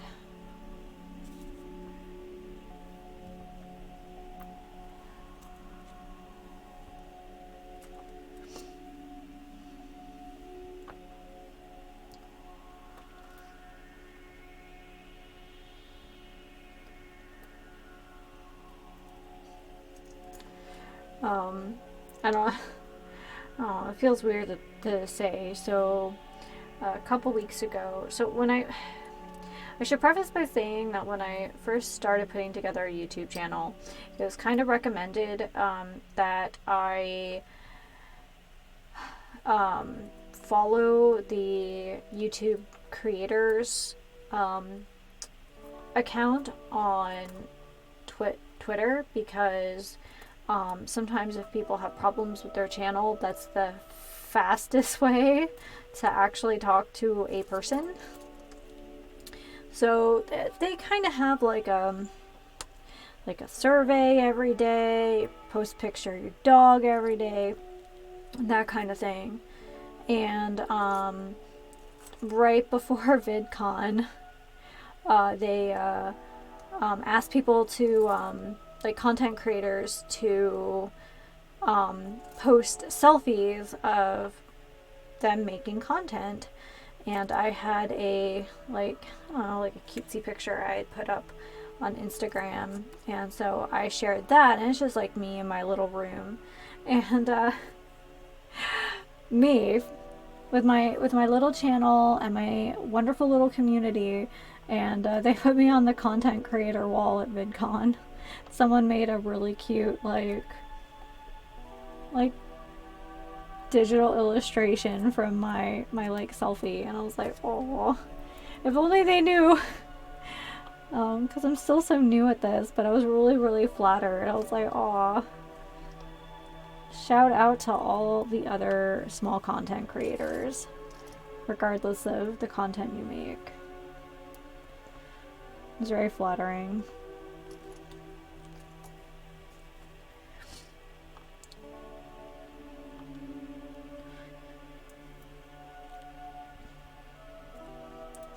But I've been really lucky. There are bigger content creators who have been kind of, I don't know, pushing me along a little bit, and I really appreciate that. My friend Winter, of course, she's amazing. She's been kind of my like go-to for everything, and I've got some like some words of encouragement early on from a gamer who goes by the handle Glock9, so it was very nice. Yeah.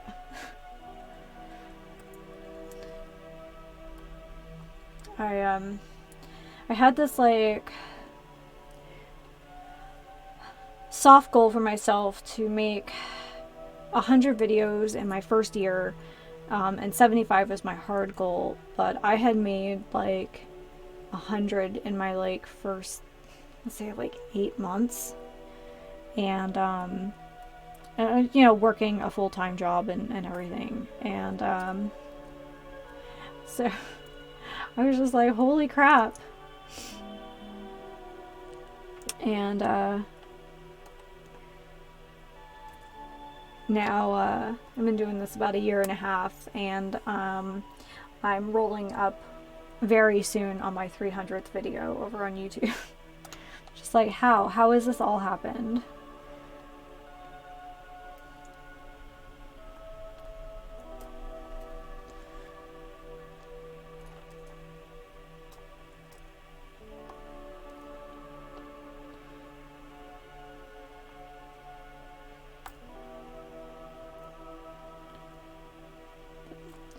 Sure you guys don't. Yeah, it's yeah, because I make after I like kind of hit my stride a little bit and found like a recording schedule, so I upload the stream from Sunday night, Monday, And there for a while I was doing book readings, but my asthma was really starting to bother me. So at a reasonable breaking point in 20,000 Leagues, I took a little break. I'll be back to it in the fall. I'm going to try to record some chapters in the mornings before work. So I'm not like just totally obliterating my voice, so that when fall comes, I can at least just edit them and just kind of record at my own pace. So that's Friday right now. That's Arc instead, and then I record 2 indie games during the week, and then if I have like streams like this, if I record, let's say on an extra one on Friday or over the weekend or like today Monday because it's a holiday, that goes up on Wednesday. So even working a full-time job, I've been putting out at least 4 videos a week for over a year.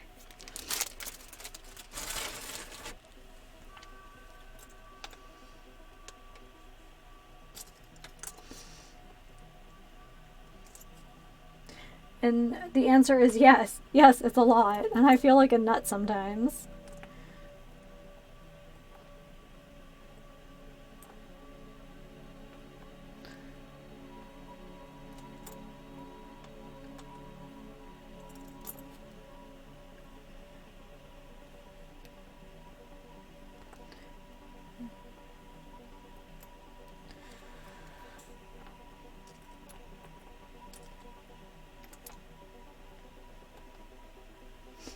So like at Christmas, when I knew I was going to be away, I was like, normally I double up on videos, and I was like tripling and quadrupling up on videos, making sure that there was like something going up every day, even over like Christmas. So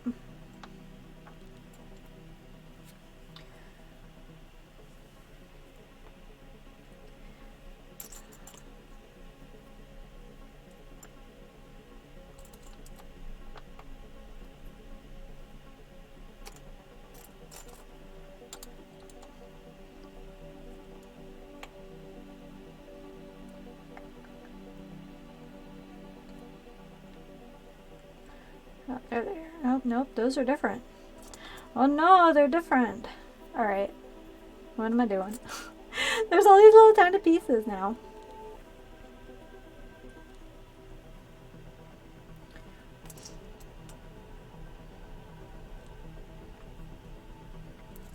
So right now I'm kind of on a schedule where I record 2 weeks at a time and then I edit 2 weeks at a time. I would like to get a little more ahead than that, just so I have time to do these extra things. So this weekend's been a little bit of a scramble, and normally I record on Monday evenings after work, so I'm going to have to catch up a little bit. But that's okay. I like hanging out with you guys, and I don't mind doing a little extra work. Alright, I think... Are these different? No. They're all the same. They're shiny, so sometimes it's hard to tell. Alright. First things first. We have this guy.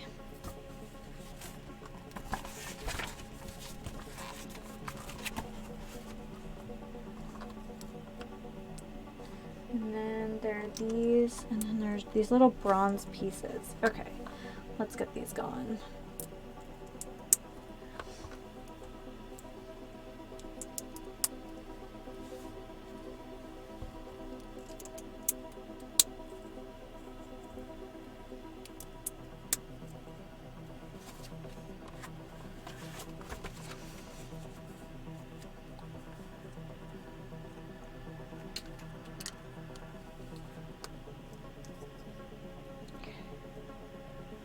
So that's the front, and then there are these like half pyramid pieces. Interesting.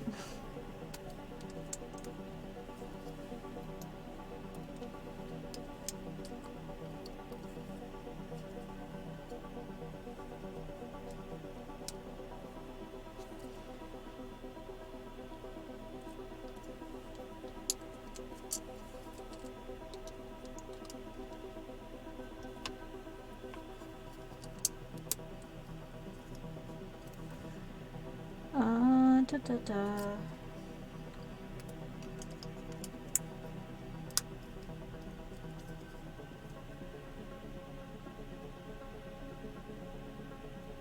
This is really interesting. This all like really overlaps here. It's all like sandwiched together. Kind of looks like a boogie board. People even call them that anymore? Okay. Alright. So we have these really cool arm pieces. And I'm really excited to use them because, like,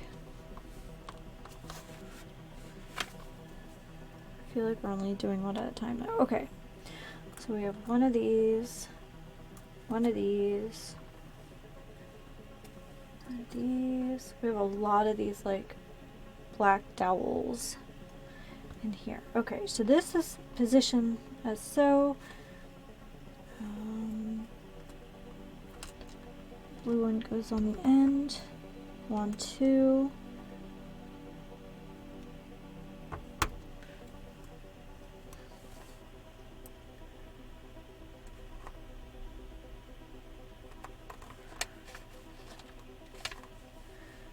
All right.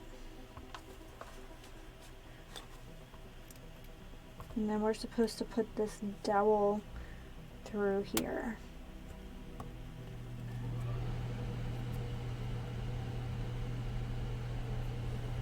I think we are.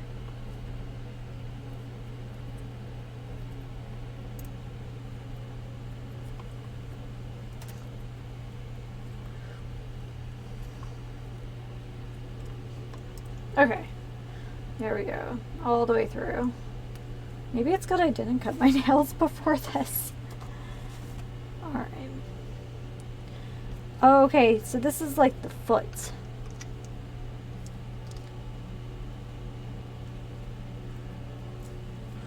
And then have these guys. And this goes over the top. I guess it gives it more dimension. It makes it look more like a robot foot.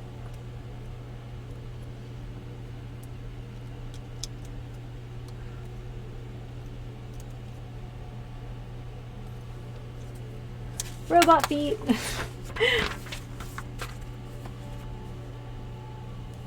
Alright.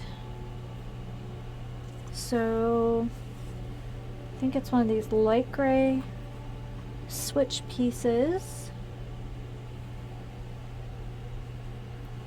Here and here. Alright. So the switch piece goes over the top there. And then, oh, okay. And then this goes upside down here.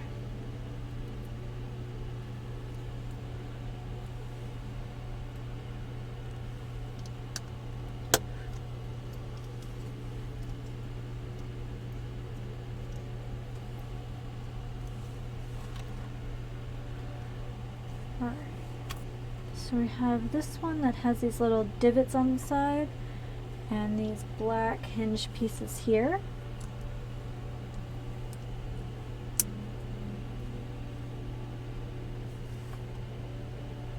And that goes on the front.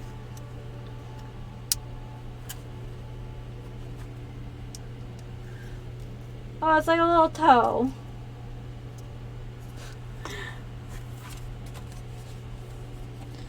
Alright, and then one more of these goes over the front. And, oh yeah, one of these like dome pieces. Okay, and then we're gonna cover up like the colorful bits here.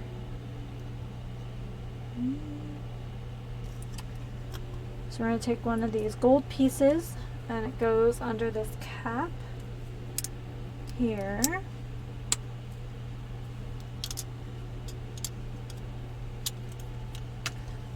That's pretty slick looking. They do kind of look like chicken feet, don't they?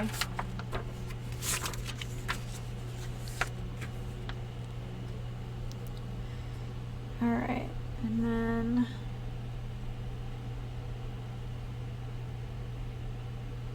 sorry if my guys keep seeing my nose.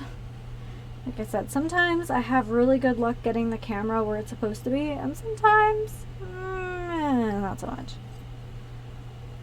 Okay, is it dark gray? Yeah, it's one of these. And then this goes over the joint.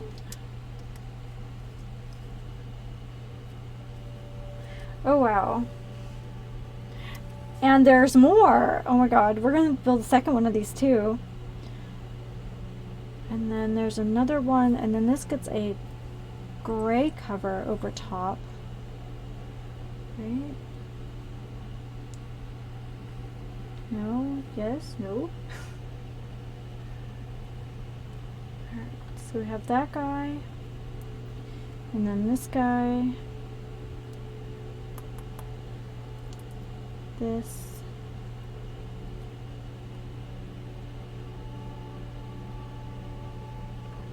And this hand. Alright.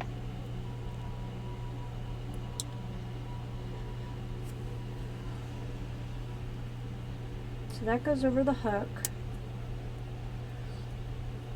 And the hook connects to this. Kind of looks like bicycle handles. And then there's like a little grippy hand here. And that goes here. Oh, it actually is starting to look like, I don't know, something pneumatic, I guess.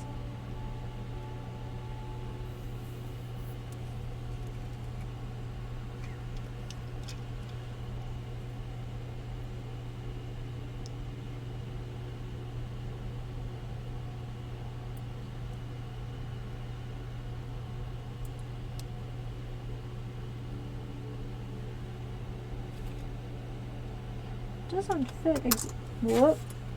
This doesn't exactly fit though. Am I doing something wrong?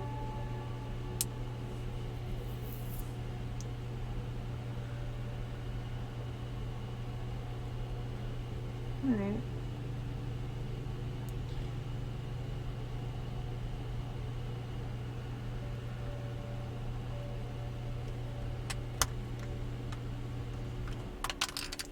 I don't actually know. I don't know what I'm doing here.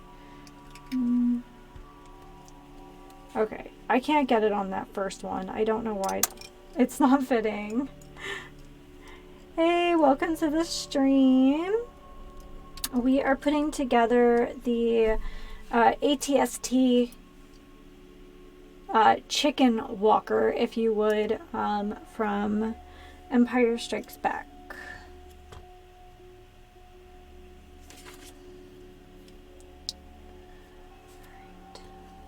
Yeah, I don't know why, I don't know, I think this is the first time I actually have had a problem with a set. This is the second thing that I've had to like really kind of fuss with.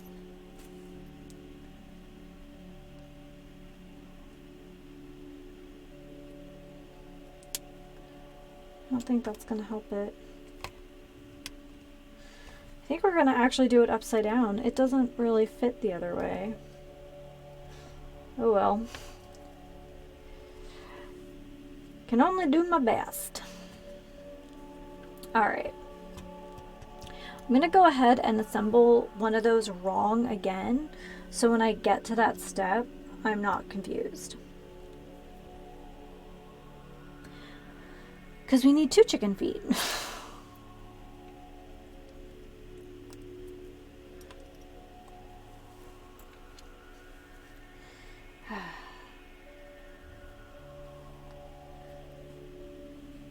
Yeah, I'm not really sure why. This is the first time I've been short of piece of the sets we've built. It is also the first time that I've had a piece legitimately just not go together. Okay, so moving on though. Got these cool spacey bits here. And then we need one of those ball bearing pieces and then 2 more plastic dowels.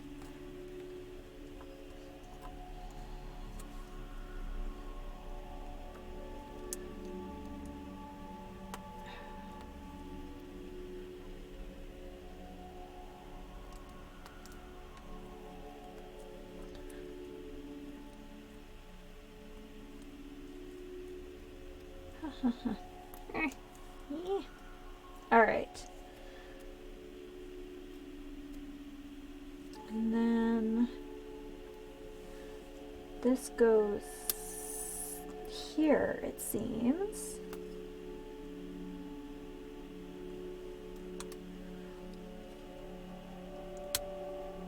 I'm gonna break something.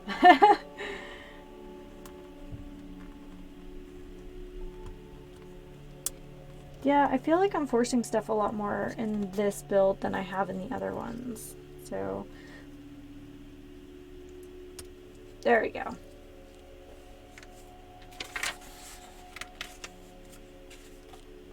All right, we're gonna put our chicken foot to the side. And then next we'll need one of these guys. I still think these are very similar to the original space ones from the 90s. Okay, so there's that. And then we're gonna go right next to it with these really short gray dowels. Skip one. And then 2 more. So from the back, another black dowel, and then from the front, oh nope, also from the back, another black dowel. Oh wow. No wonder there are so many dowels. And then I'm gonna do every other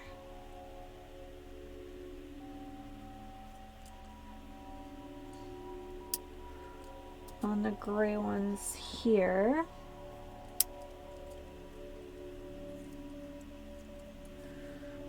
And then we have these shorter, yeah, smooth pieces, and that's gonna go on the back over these two. Okay.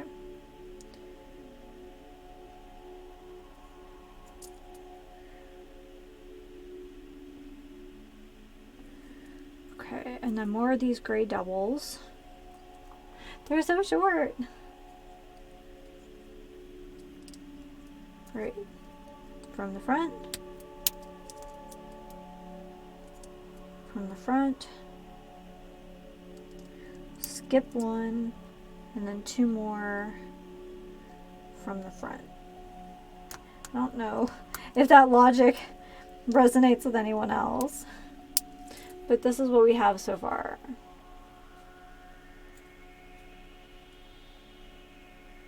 Okay.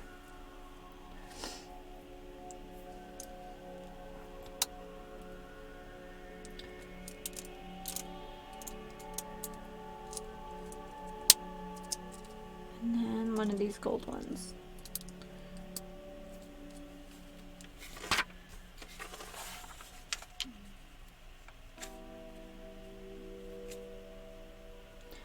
So, alright, we have these ones that look like little lanterns, and then we're going to put a flat pip on the front of it. And then there are these kind of angled pieces, and that goes over the back.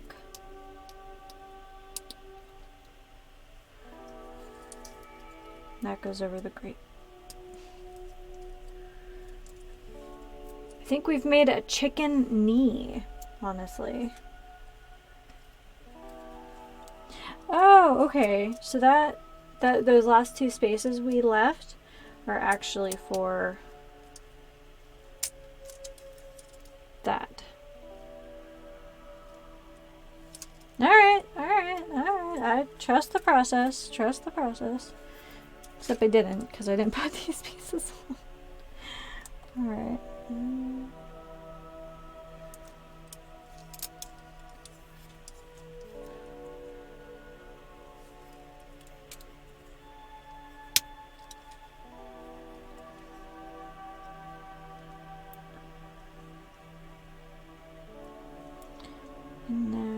a short one down here. Okay. There we are.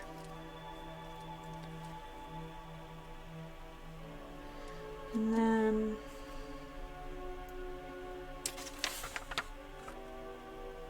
ooh. Wait. It does look like a drumstick. Alright, well, let me finish this step. I gotta show you guys the, like, comment in here.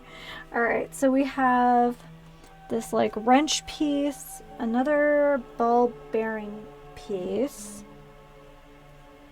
and these funny guys. Okay. So with the ball bearing to the front, this goes underneath, and this, like, wrench piece goes on the side.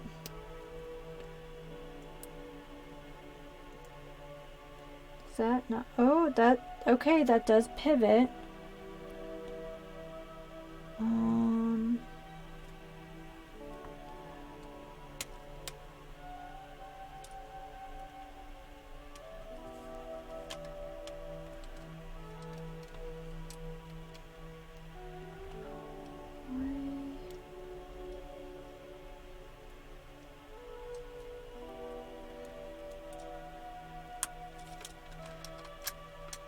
Okay. It kind of has like a hydraulic look to it. That's kind of cool.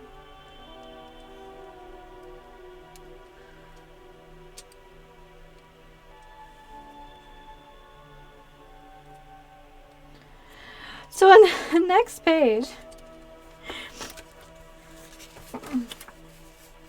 I have this. I've never seen this before. Click, clack. It's like click, but spelled like 7 different ways. Actually, it is 7 different ways. I'm not exaggerating. Okay, so we need a dark gray one and a light gray one and one black dowel with the white, the lighter color one on the bottom. Oh my god. Oh, it's like my back in the morning. Oh. Okay, I know I joked that we were making a chicken knee, but I don't think it's all that funny, because look.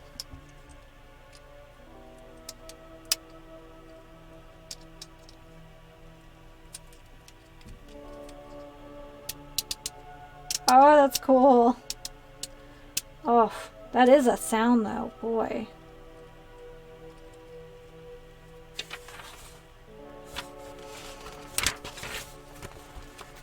Okay, so we have a dark gray one, 2 black dowels, 2 of these little short dowels, and 1 of these. Okay. So there we go. Alright, and then from underneath, we're going to do 2 short dowels.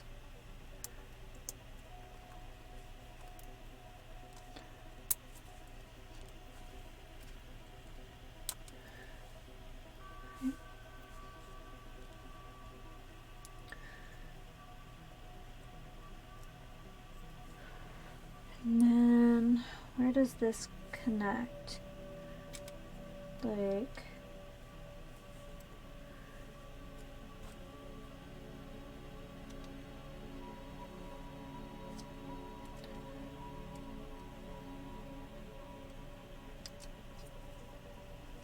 that. Kind of wish I could see it from the other side. That doesn't look right.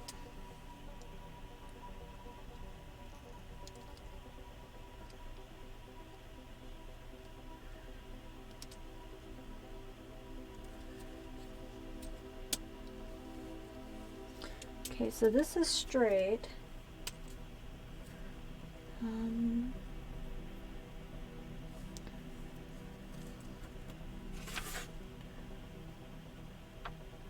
Okay, I can see it from the other side here. All right. So that one's empty. I think maybe here.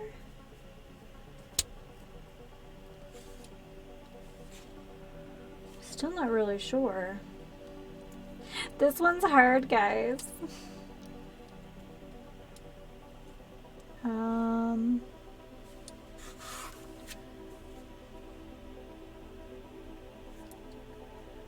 So here's the piece that goes to the back. I did this part right. It's every other.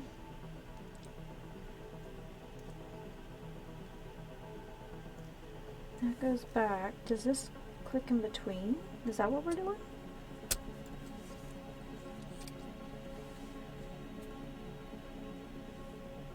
Ooh, you know what? I think that's it. Yeah! I dummied my way into that one. Perfect.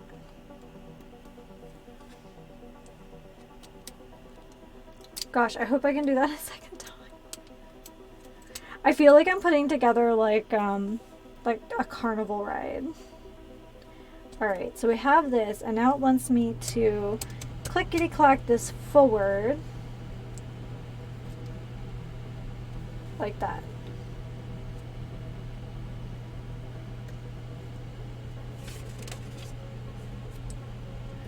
Alright, and then we have one of these and one of these.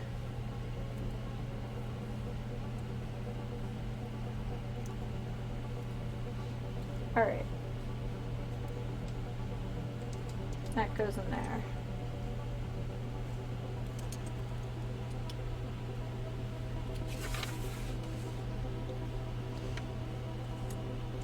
And then two more of these. One goes in there. One goes in there. And to cover it all up, we have one of these smooth ones that goes here.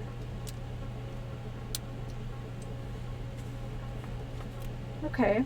Ooh, we get to put a leg on.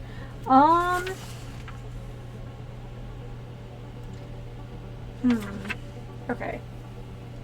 Seeing the best way to like do this. Okay.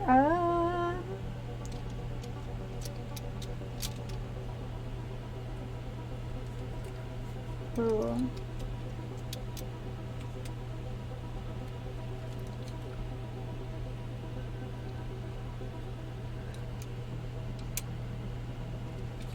Like super afraid again that I'm going to break something.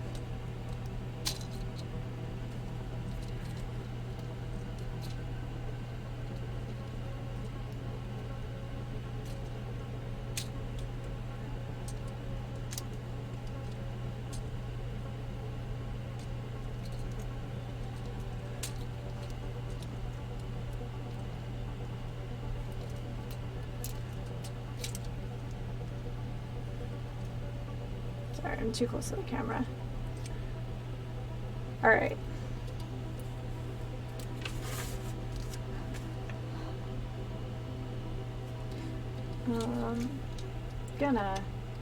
Sorry guys, I'm gonna tilt that in the corner there for a second.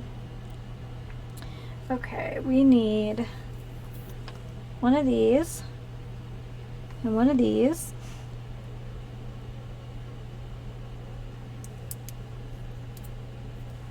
And one of these short ones to go the opposite direction.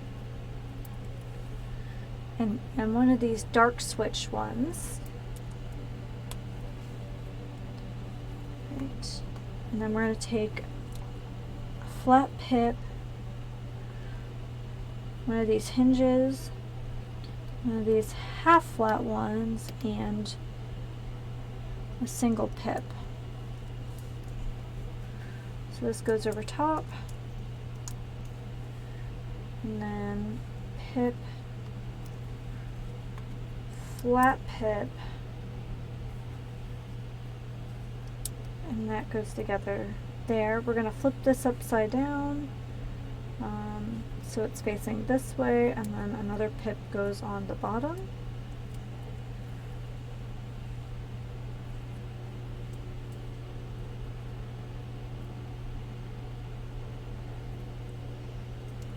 Okay, and then this goes on this side.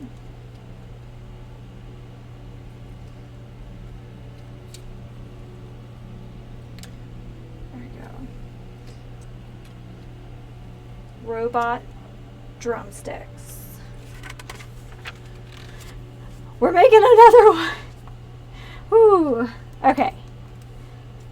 Here we go. I can't believe it's the legs that's like the tricky part. I think last time it was the cockpit that really that was really the challenge. But hopefully, like, since I know some of the pieces weren't cooperative the first time, I'll just kind of remember where that was the second time.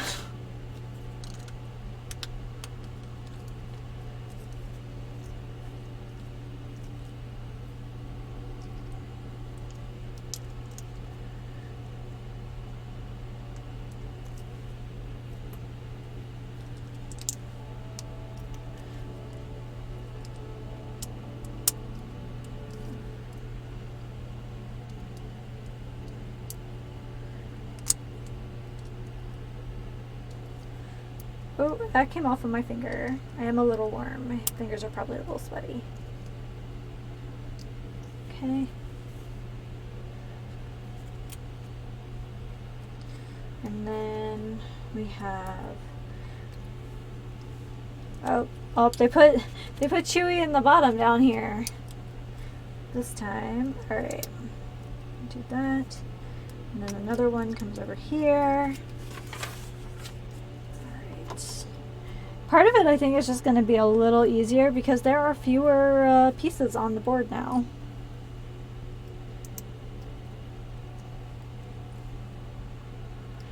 Now I'm just going to trust the process.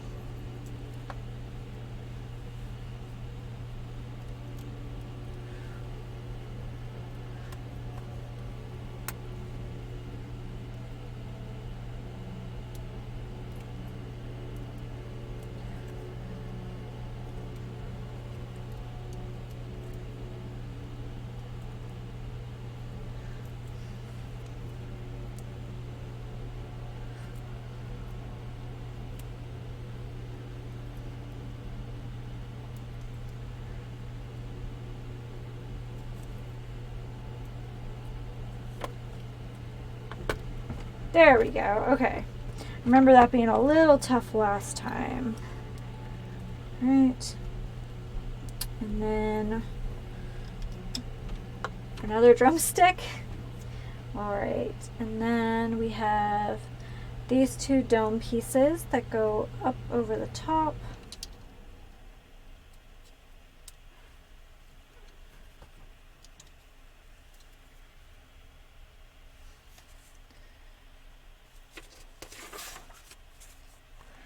Alright, so we have a grippy guy. Sorry, that's definitely my head in the camera. Okay, we have a light colored grippy one, a light colored hinge, and a light colored switch. So the switch goes on top, and then the hinge goes upside down, and then this goes on here. See, this one fits fine. Okay. And then you have one of these, and it snaps on to, ouch, whew, that one was a little spicy.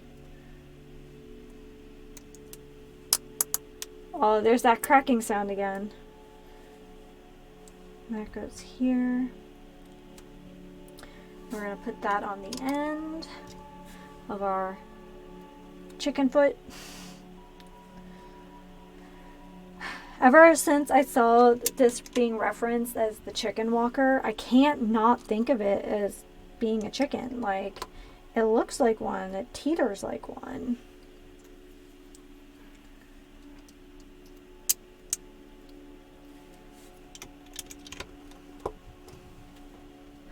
Alright, and then this dark grippy bit, and then this curve piece.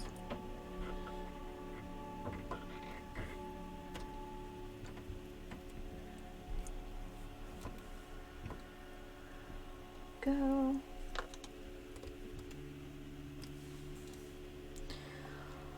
Okay, so we made our own version of this because it didn't quite, let's just see if it fits on this side. See, there, I don't know, it doesn't fit quite like it should. And I figured out what I did wrong, I think. Hold on. Maybe? I did it wrong! I was dumb! There we go. Makes me feel a little bit better.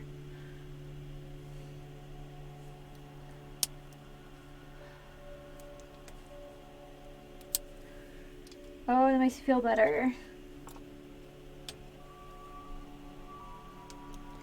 Follow the instructions. Oh, that's gonna look so much better.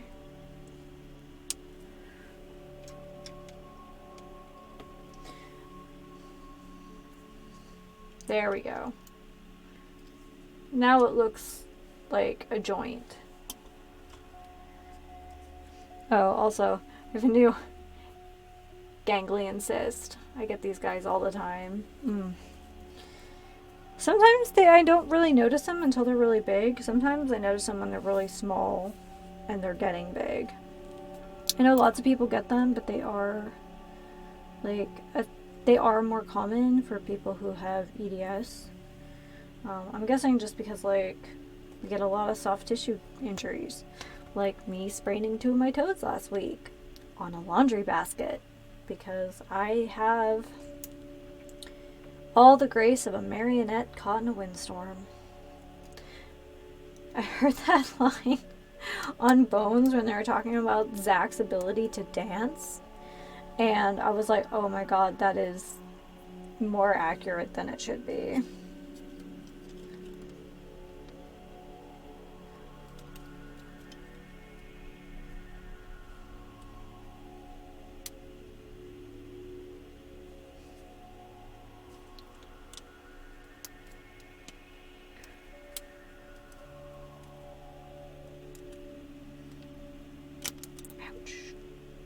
Ouch, ouch.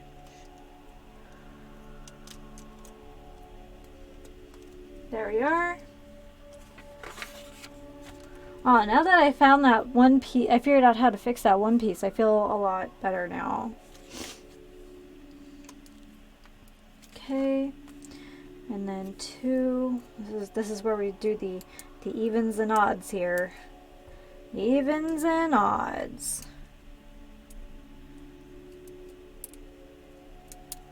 Kind of fun though. This part actually feels a little artsy, like you're making some kind of, I don't know, like I don't know what they're called, but it's like the mesh you make and it's out of the little plastic tubes. That's what it makes me think of.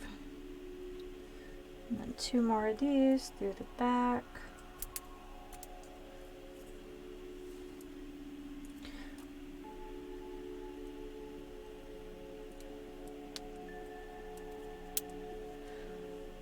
And then an even more.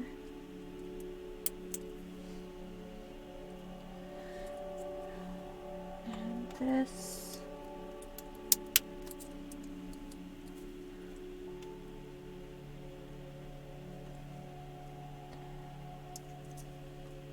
And these guys on the front. This is very fun. These actually these pieces make me think of the Erector sets. I really never played with them, but I always wanted to.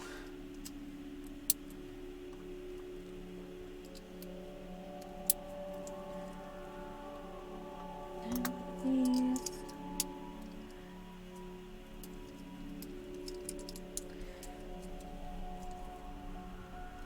My cousin had an Erector set. I think he had like a plane or something.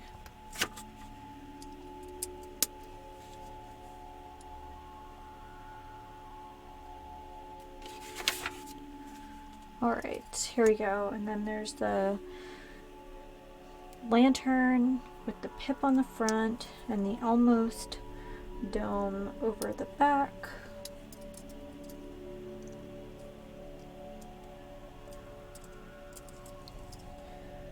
And then on this side, we're going to do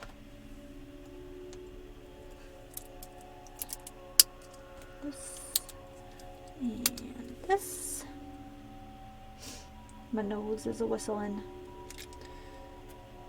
Right, and then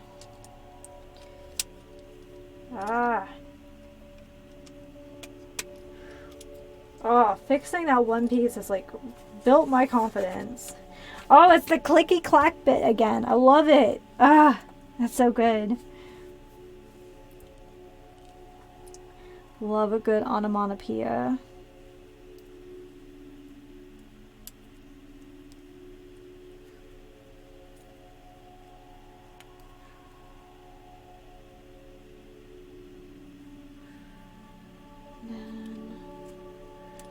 Here. Oh, that looks so good. It just looks super hydraulic. Like, it looks like it should. And then dark side up. Another black dowel goes in here.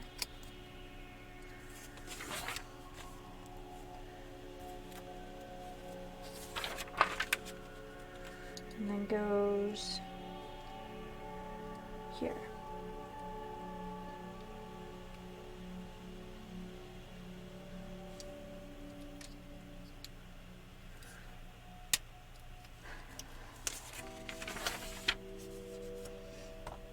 So this piece, 2 black dowels, and then 2 of these light gray ones. Okay. So there, it looks like a sock. So these 2, alright.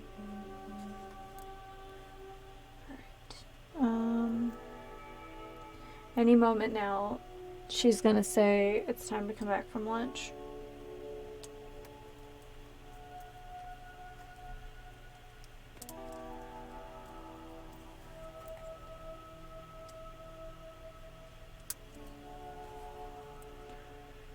Like I said, I work second shift. So this is my lunchtime. And this goes here.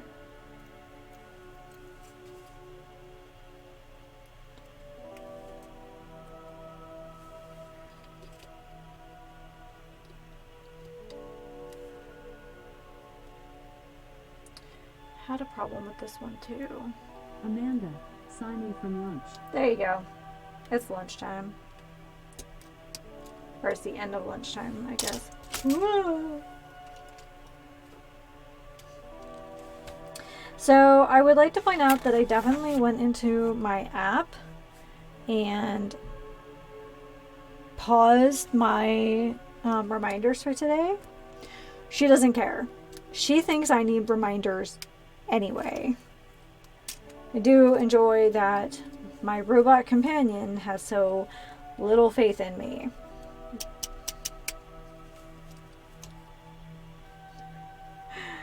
Okay.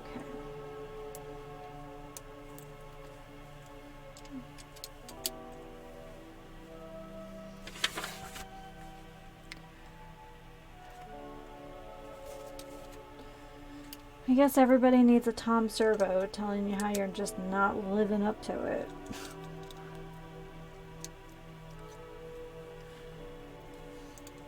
Alright. Yay! Chicken legs! Okay, now this is a little tough last time.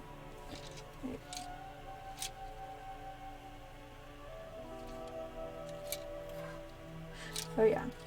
Okay.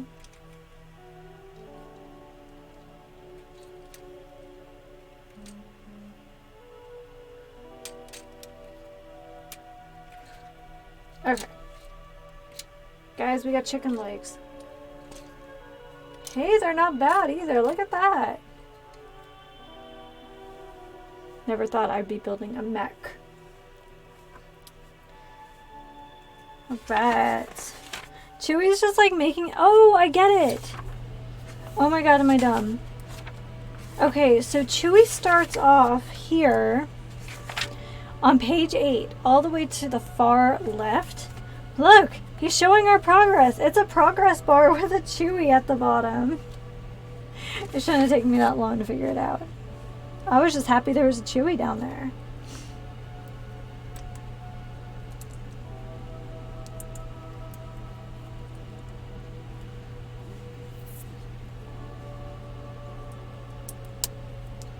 Okay. And then a hinge. And this. And a pip. Okay.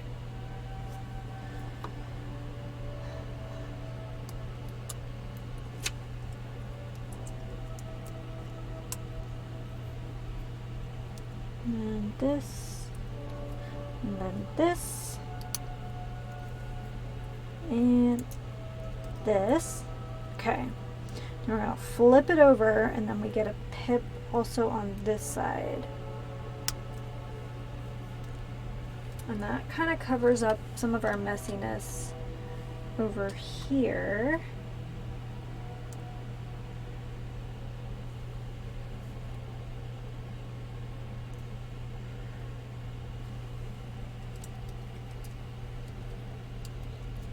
That makes sense. Okay.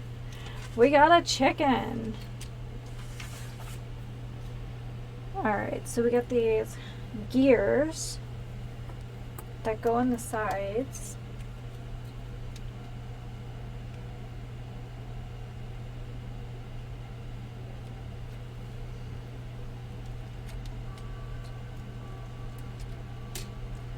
Okay. And then these discs, I guess the discs don't really matter which direction they're going. And then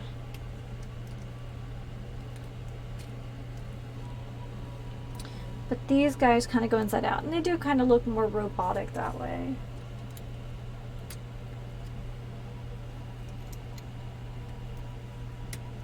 Right. All right, guys, we're on the bag 3. All right, so this is what we have so far.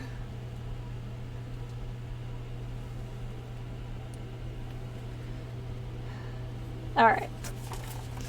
Look at our little Chewy progress.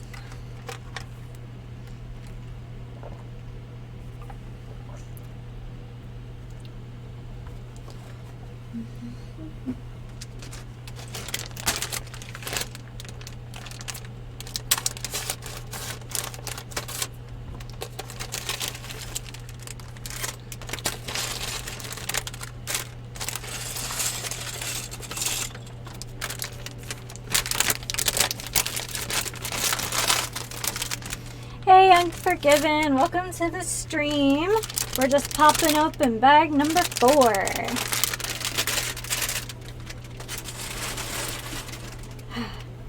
So this is the progress we've made on the ATST, and it's got a little like dial in the back, so we can actually maneuver the turrets.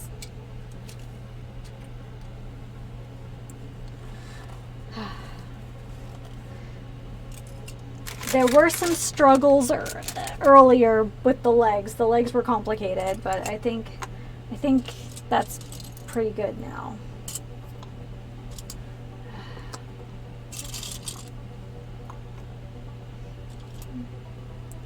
It is a cool build. Let me show you the legs. They did a really nice job making the legs look hydraulic.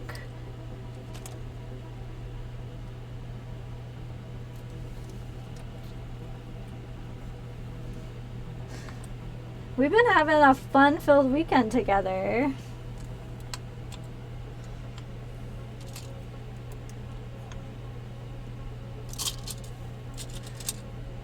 Oh, we got another person. Just gotta find her pants.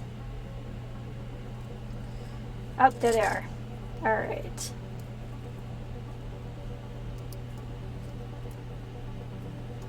I'm gonna put her over here with some of the other folks for now.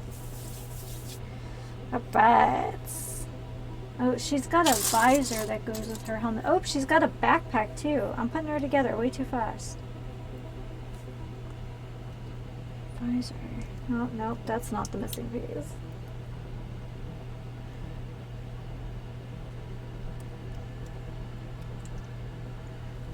Okay. It's got like a puffy.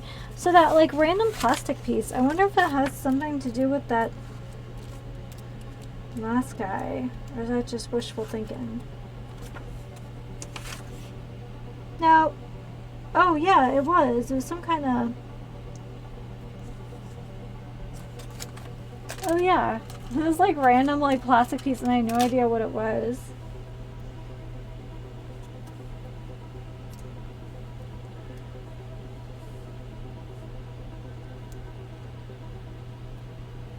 Oh, it's the like super archaic looking walkie that they had in Empire Strikes Back.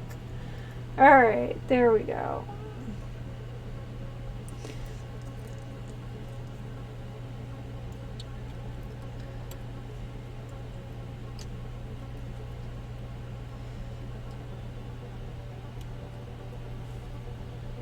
So we're gonna have to keep an eye out. She has like a shield for her visor. Alright. Let's go ahead and start sorting pieces.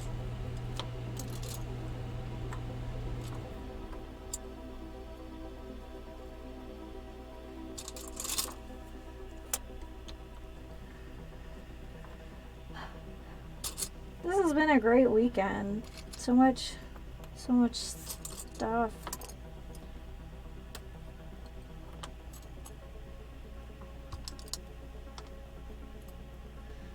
We did extra Oblivion on Thursday, and then I think that was Thursday. Was it Thursday?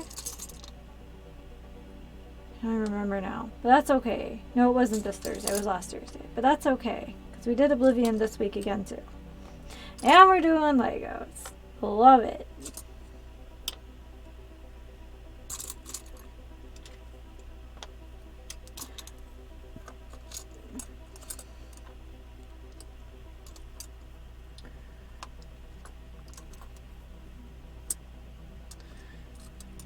My stomach is making very loud digesty sounds. And I'm like, why now? I ate quite a while ago. Like, it should have done this part already. I guess it feels left out or lonely. I had Thai chicken wraps. It's not like, I mean, they weren't very spicy. In fact, they really weren't spicy at all. They're flavorful, but not spicy.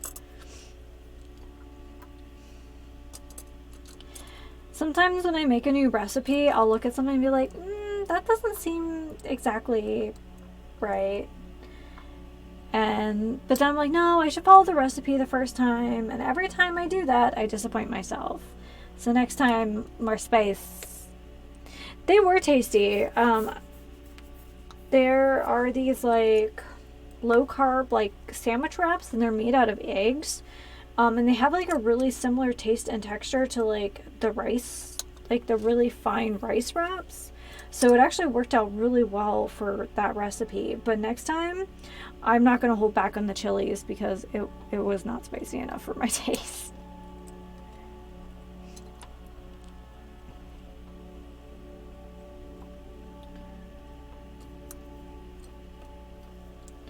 I made this like tahini like sauce and like had toasted sesame seeds on it. It was super tasty. It was good. I would want it to be spicier.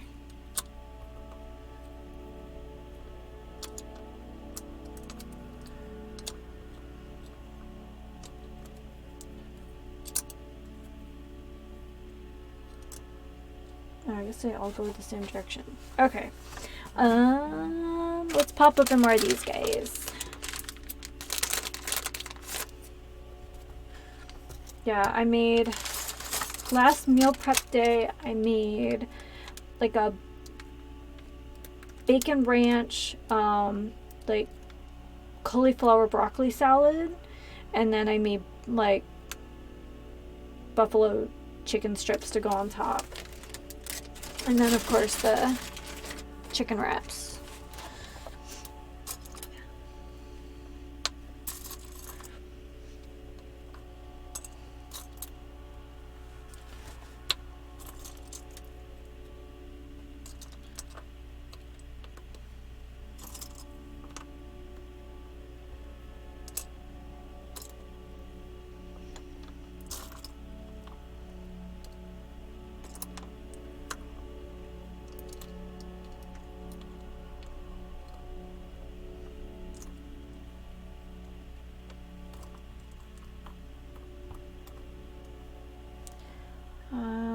place to start putting dowels.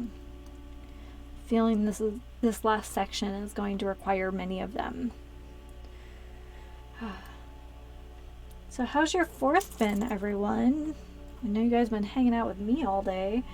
Hope you've been doing other fun things.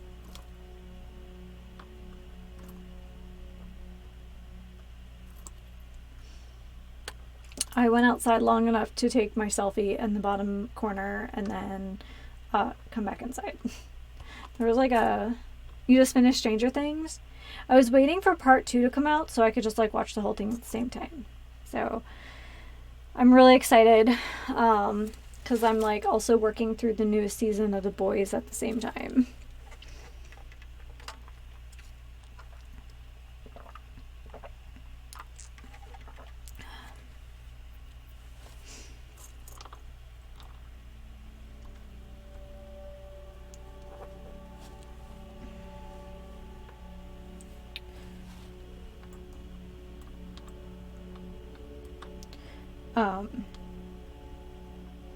Not that I understand it like more than just a superficial level, but I've been reading articles about like Stranger Things and liminal spaces, because like obviously the Upside Down is like a weird transitional place, but like also the kids like going through adolescence are also like in a liminal space at the same time, and I think that's very interesting. But again, my understanding of what a liminal space is kind of superficial.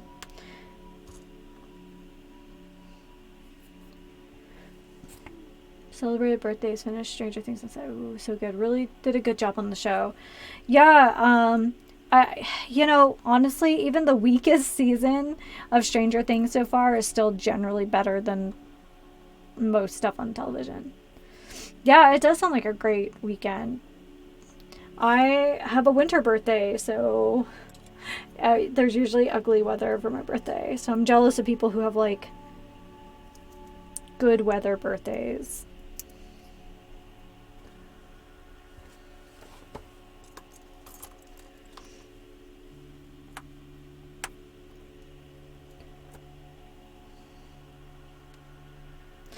Oh, we got an antenna. That is clearly what that is.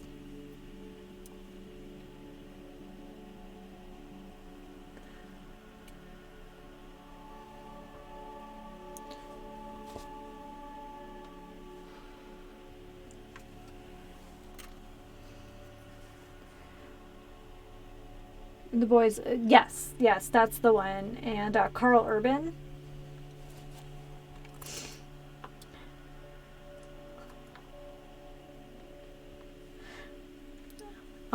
I unfortunately started the new season while I was already really sleepy, so I missed part of the first episode, and then I kind of kept carrying on, and I was like, I actually probably need to go back. Not that it was boring, I was just really sleepy. But as soon as this stream is over, I'm actually going to start editing today's one of the people who need to celebrate 3 months after. Are you one of those people who needed to celebrate? Yeah, generally, when I was a kid, I needed to, if we were going to have a birthday party that year, my parents would plan it for like the weekend we all got out of school. Because I grew up in snow. You know, I'm from Pennsylvania, and the winters are unkind. So, yeah. But yeah, I need to. I'm gonna try to blast out. I may not upload tonight because sometimes uploading really like kills the bandwidth. So I'd rather wait until Mr. B gets up for work, and then we'll probably play some Ark before I go to bed. But if I get all my edits done tonight and rendered, by the time he comes downstairs to go to work, he'll have coffee and we'll play Ark a little bit. And then first thing in the morning, because I should be the only person here in the morning, because my brother-in-law should be up and out for work as well, I can just toast all the bandwidth and get everything uploaded first thing in the morning for Wednesday. So when I'm editing, I'm probably going to binge more of The Boys. I'm going to start over with episode 1 and go from there.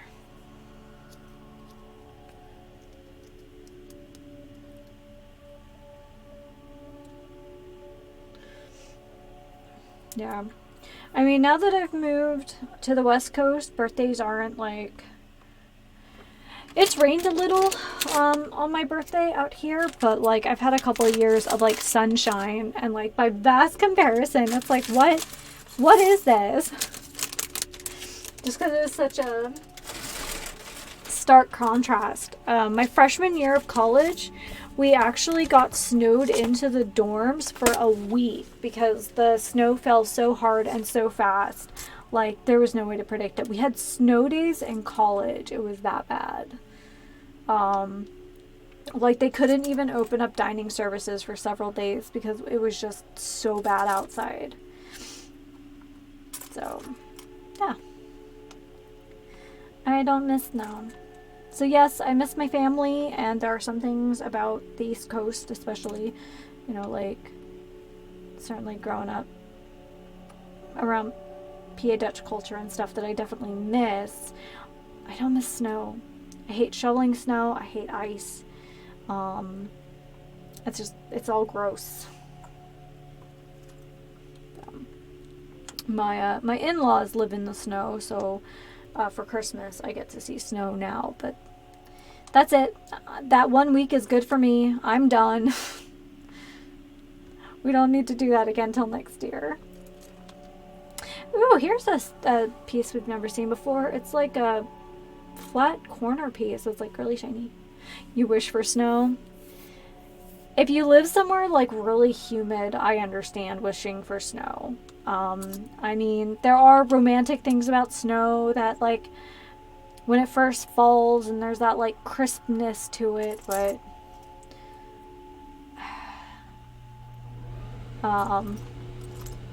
like I can think of a couple times where we just had like freak snowstorms while I was at school, and we all have to don what many people refer to as Philadelphia snowshoes.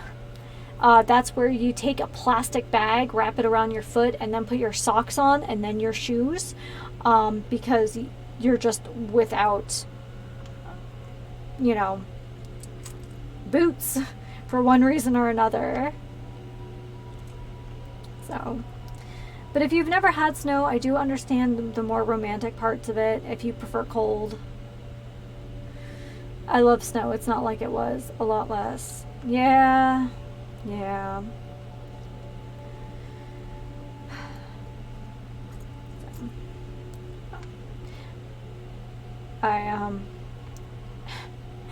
So it snows my freshman year of college, and then my sophomore year of college, I went to Denver for a conference. We left Christmas night. It was through the first of the year, and we're all packed up for snow, and we get into Denver, and it was 70 the entire week. Nobody was prepared for that. We mostly wore like pajamas because nobody had anything lighter than that.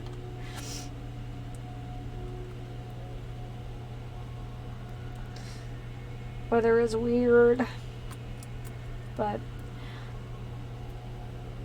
now if you have an opportunity to, like,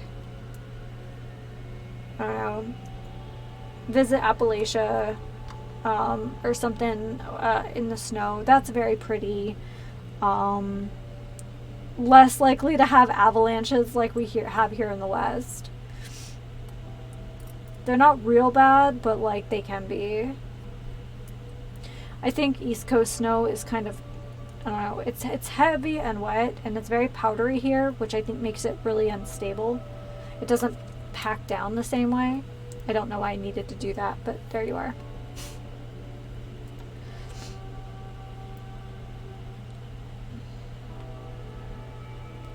Last time we got snow was 2 Christmas Eves ago, and it was for a couple hours and then melted.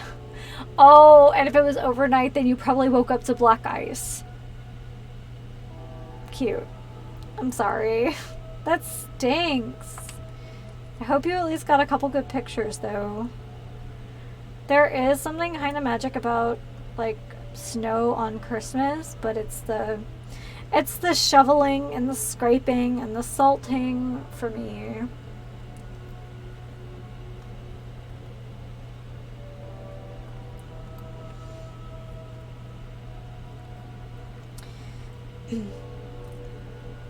My best friend growing up, her and I used to like run around and do odd jobs in the summer, and we would shovel snow in the winter to make extra money. I was at work too, so we got to go out, get some pics, and had to go back to work. Aww. Aww. Oh my gosh, what year is it? In the 16 years I've lived in the valley, the Central Valley, not the other valley. It has flurried here probably a total of 10 minutes because it does get pretty chilly in the winter. And since, you know, the Central Valley has tons of rivers, so we get enough moisture for rain in the winter, but there have been a couple times where it's been cold enough to also get like a little bit of snow. And of course, people here don't know how to drive. The second there is a cloud in the sky, because of course, California weather, it's sunny and beautiful all the time. It's very picturesque, even with the smog. And like you see flurries and people are just like rubbernecking and slamming on their brakes and all sorts of stuff, and it's always a hoot. But yeah.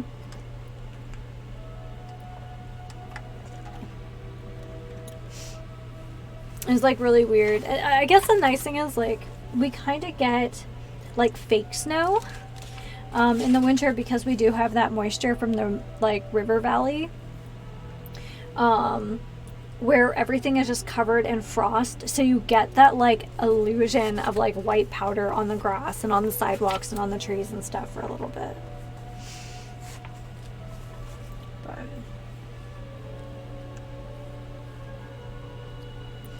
I'm sorry I'm such a Scrooge about snow. I don't mean to be. I just ugh.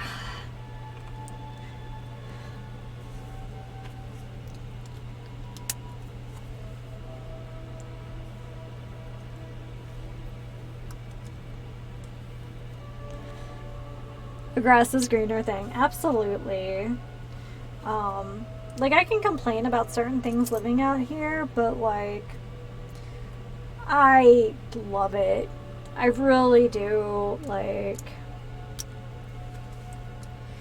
especially at like Central and Northern California, like the pace of life is a little bit slower and people are a little more health conscious, and like being able to get fresh produce all year round is amazing. You've been in it and hate it. I never get it, and I want to be in the snow. Well, also part of it is I'm one of those people who is always cold. I wore a sweatshirt for most of today, and I think the high was 80. So there's also that to consider. I'm one of those people who's always cold. I have like a sweater at work. Even when it's like 100 degrees outside, I always have like a cardigan with me. I'm just like that.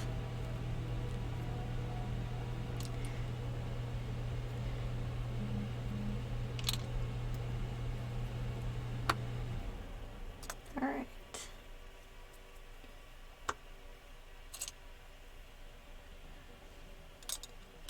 And there are people who grow up with snow that would not trade it for, wouldn't trade it for anything. So.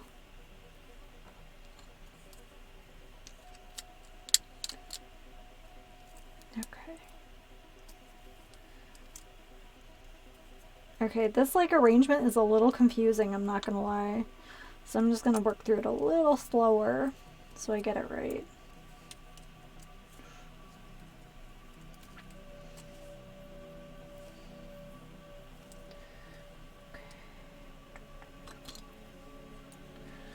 I don't know, I guess like out here, you know, there are pretty ridiculously beautiful sunsets.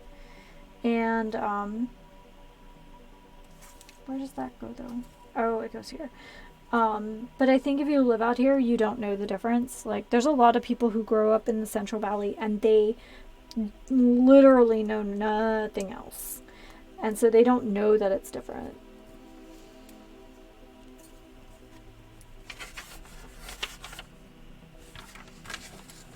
Also, like the whole produce thing, like, because it, you know, we're an ag state, and there is a lot here.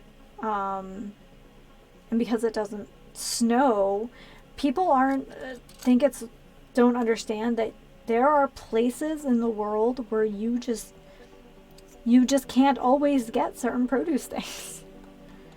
Like, even in the same country. But part of it is we're really close to Mexico by comparison, and obviously they have produce all year round too.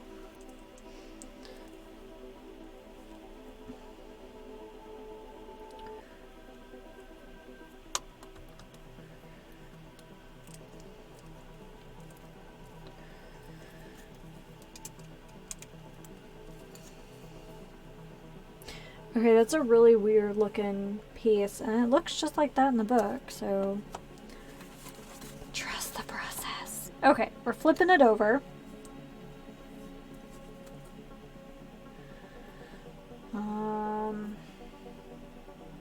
Okay, I thought bag 3 was challenging, but this one's kind of challenging too.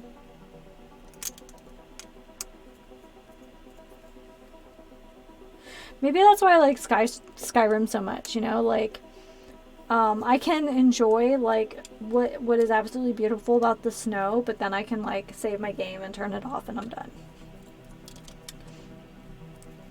Like, I would prefer to live in Cyrodiil for several reasons. We have all sorts of weather here and people still lose their minds anyway.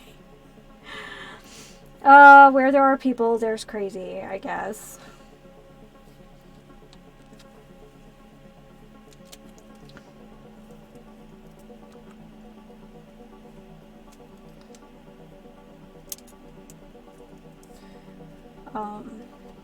Like, I'll admit, the drivers here are pretty bad, but I don't know if there's anything quite as terrifying as being on the Philadelphia Expressway, like, in the winter. Southern Skyrim would be, like, perfect for me. Oh, in the, what are those, the Gerald Mountains? Or, like, more towards, like, Falkreath.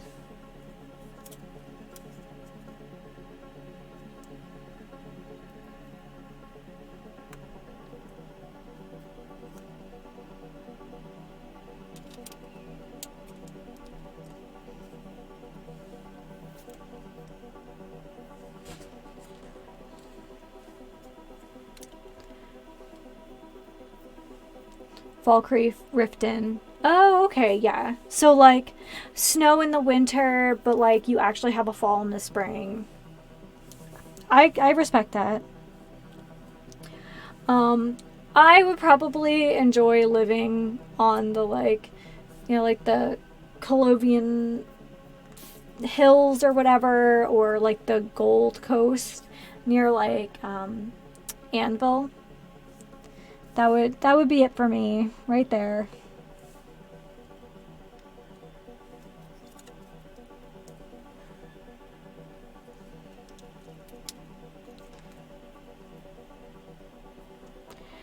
I mean, I would hope that it would be at a time when there weren't Oblivion Gates. But, you gotta take the good with the bad. Yeah, I think Falkreath is really pretty. Whiterun is beautiful. Riften is pretty, despite it being, like, Skyrim's crime capital.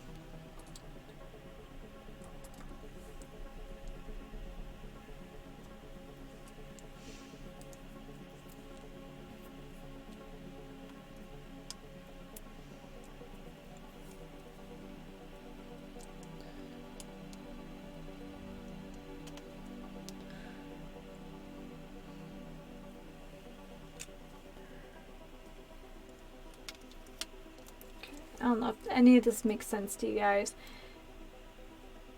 There's just, like, a lot of layers now, and I'm not sure if I understand all of them, so I'm kind of working through this really slowly.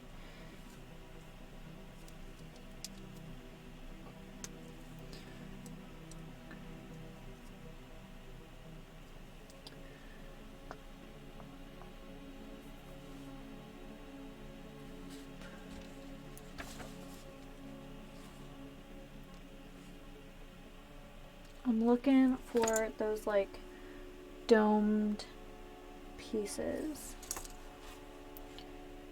Do I have them flipped upside down or something?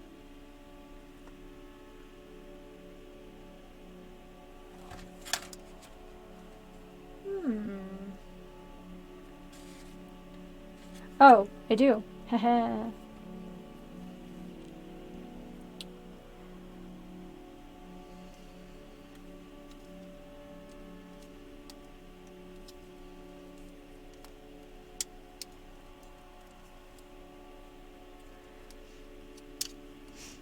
It's funny, I don't like the snow, but like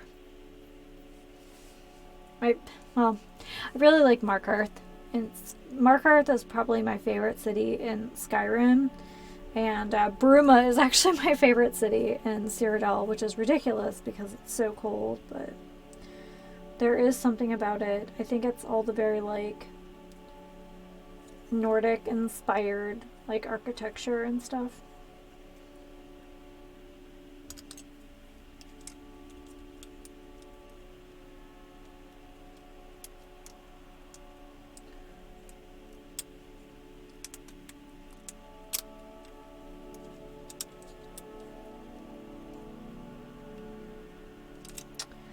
That's the wrong shape. There we go. And then that. One of these.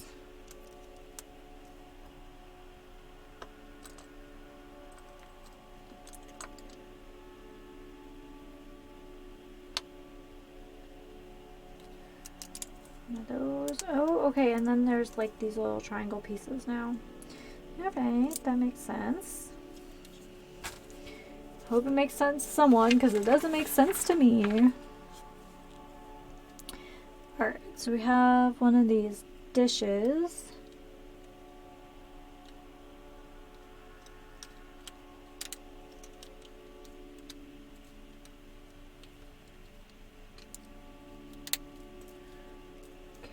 And then one of these, and then one of these like switch looking things.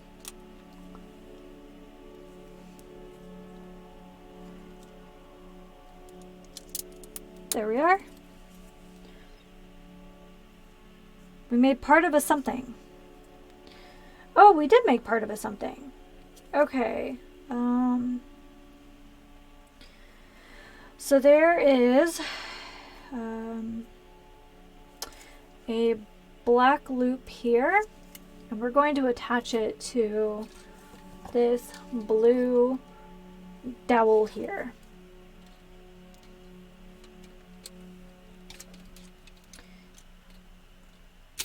Okay. I love the scent of the air just after the snow and the sound of the whoosh when skiing. Love snow. Hate when it gets all dirty and messy. If I've been skiing in my life, I was really little and don't remember it. I remember ice skating a little bit as a kid. But I don't have the dexterity for like winter sports to begin with. And, yeah. Ice skating was great. I just don't have very strong ankles.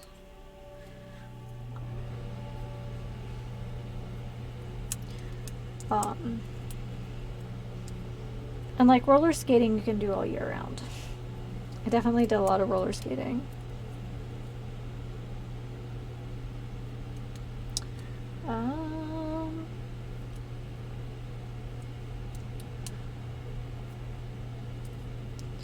Alright, hopefully this is more sensible the second time around.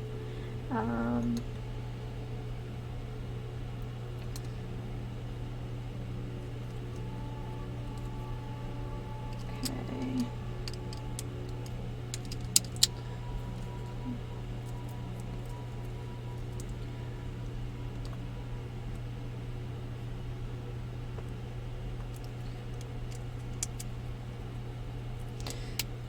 Snowy and probably like ridiculously cold, but I actually think that the Forgotten Vale in the Dawn Guard DLC is one of the prettiest places on the map.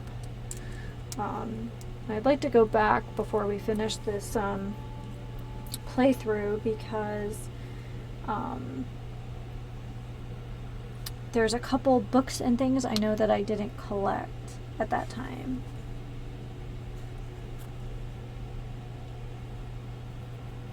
There we are. That's what I'm looking for.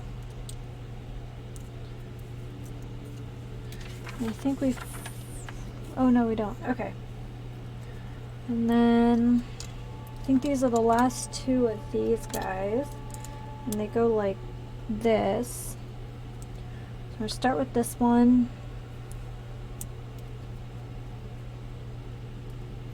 And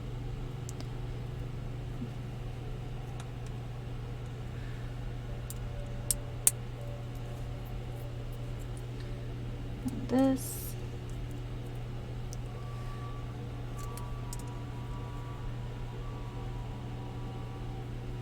And like that. Okay. Now we're going to flip it over this way. So that's correct. And then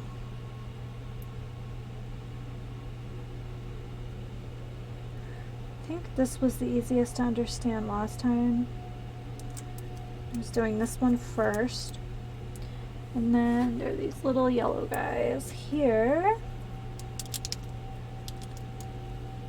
And then gold. It's really interesting color combination.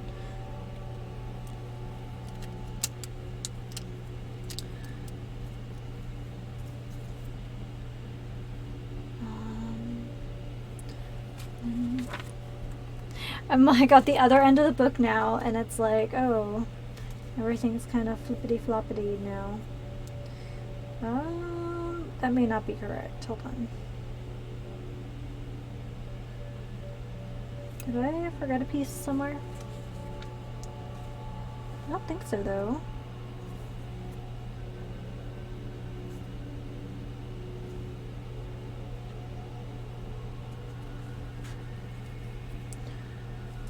Okay.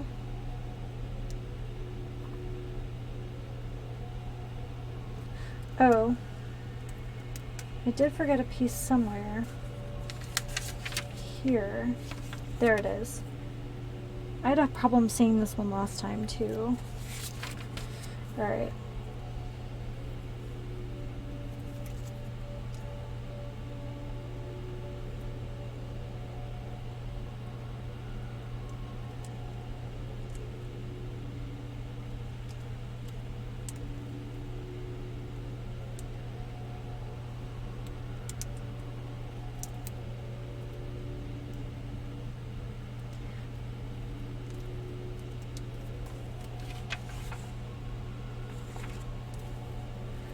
Alright, I think that's correct now. I don't know why that was so hard.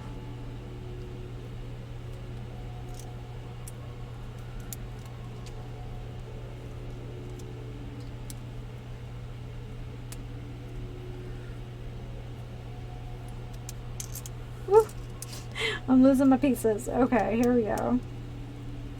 And then this gold piece goes here. Okay, alright. Man, this one is a lot tougher than the last couple we've done. I will say that very honestly. This one is tougher.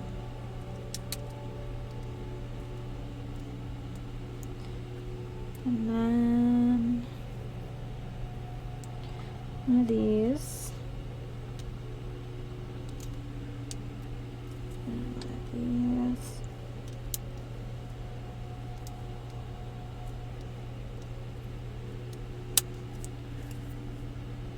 Okay, alright, then we get to make this like hinged piece again.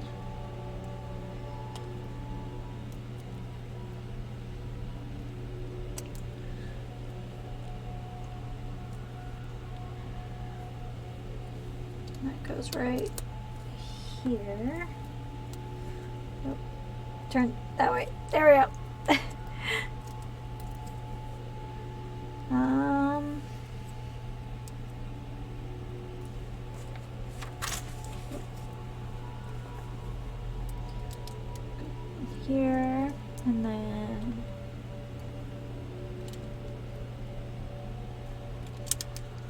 Here. And here. And then back over again. So we're gonna need one of these, this, and this last triangle piece. Okay.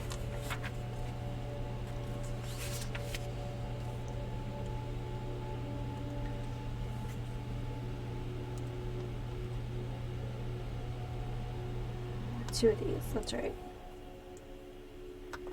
So this goes here.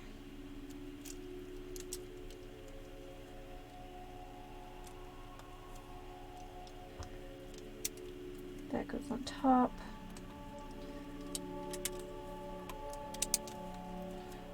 Ooh, there we are. We're getting there.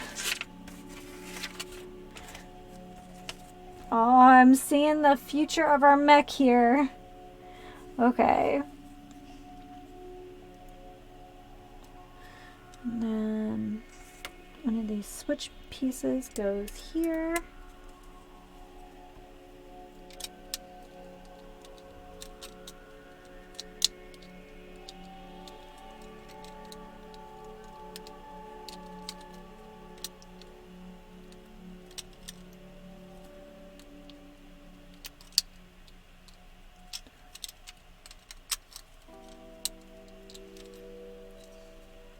Oh, it's one too far over.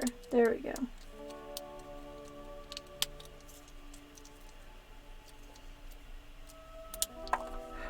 Oh no. Squeezed it way too tight. Way too tight. There we are. And then plate goes on top. All right.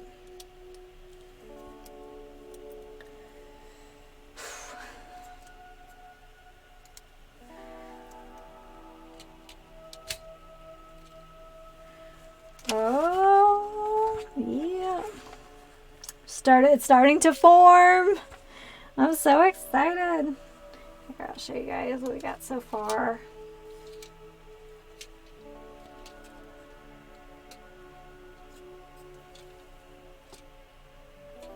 It's very wobbly. I'm not gonna lie, it's very wobbly. Okay. So we've got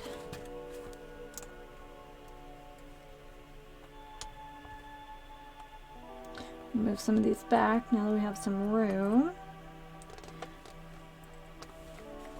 Let's see, we have this. And then two of these.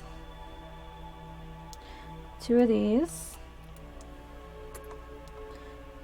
And these two. Okay. First things first, I'm going to take this and one of these goes in the middle.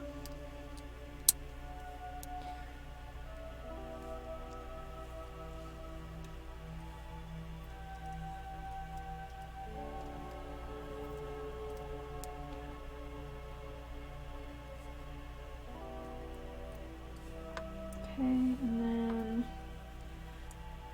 got our little hinge pieces here.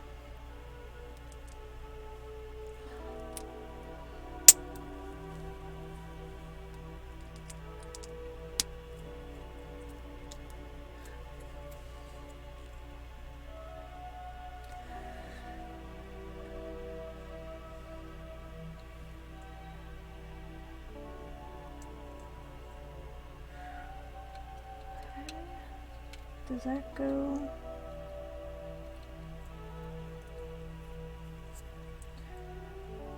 Alright. Not sure if this is gonna make sense, but alright, so we put this on the front and then flip down these two panels. Okay.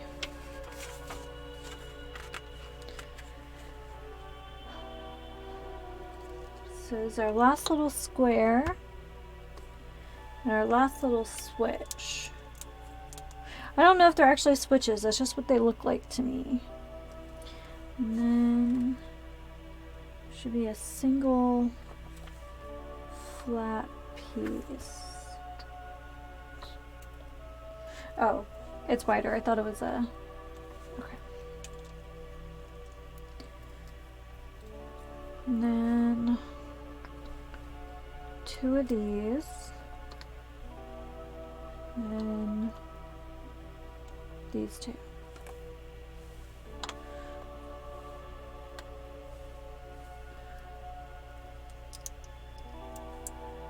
Glad you guys like hanging out and doing Legos with me.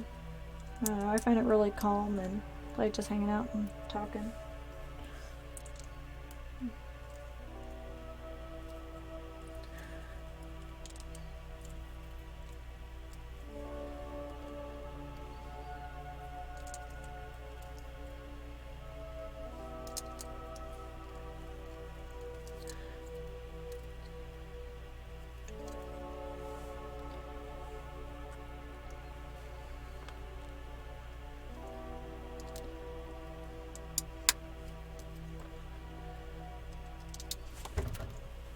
Whoop, that was almost an accident.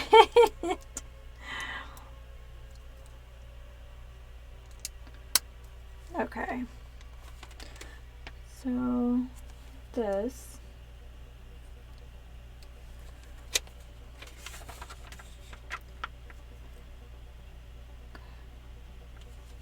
So while this is flipped over, so we need this and this like console. It's like a little command console. And then that actually scoots in here. And then, oh, okay. So we're just, where we put that down, that's where we're just gonna smush it to the front. Okay.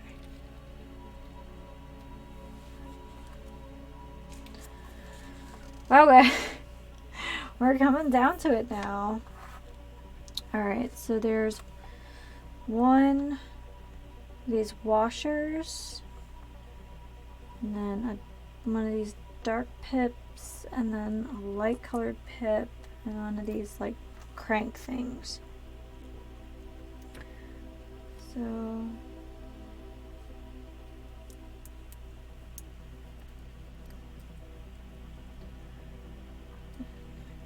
there.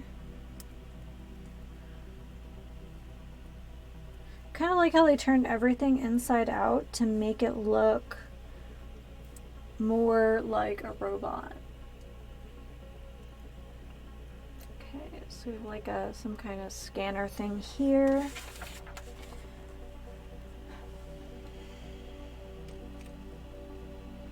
I hope that's a little easier for you guys.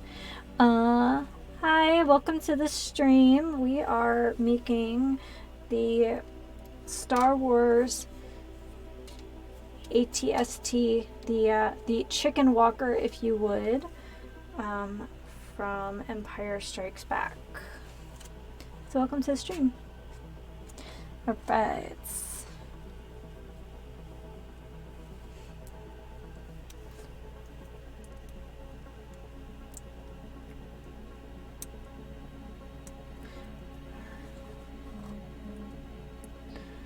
So we got that little guy. And this goes on top. It's another one of those little ovally bits. A dowel. And we have this little... Oh, it doesn't actually clip on, does it? It just kind of sits on top. Ah.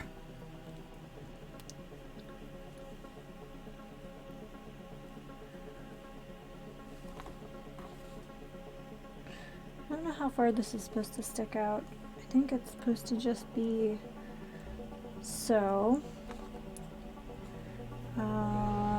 Alright, so we got a hinged piece here. Seems like another one of those like antenna bits. And then another oval bit. Oh, this is much more complicated than I thought it was gonna. Maybe it's some kind of radio.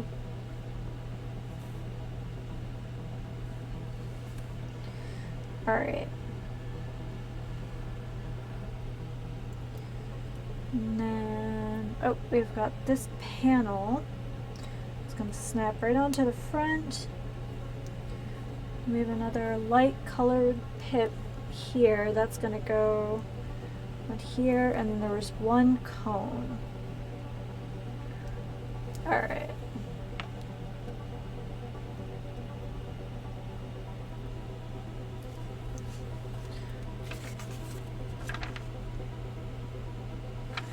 Oh, and then let's see, we have an antenna that's gonna go here. It's definitely an antenna. And then one of these kind of metallic dowels goes there. And how does this clip on though?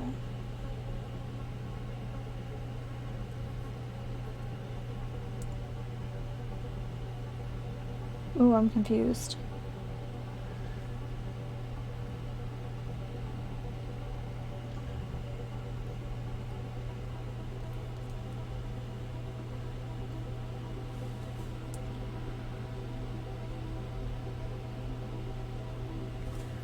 Oh, I wonder if I have to pull this out a little bit. I put this all the way on, but I don't think I'm supposed to.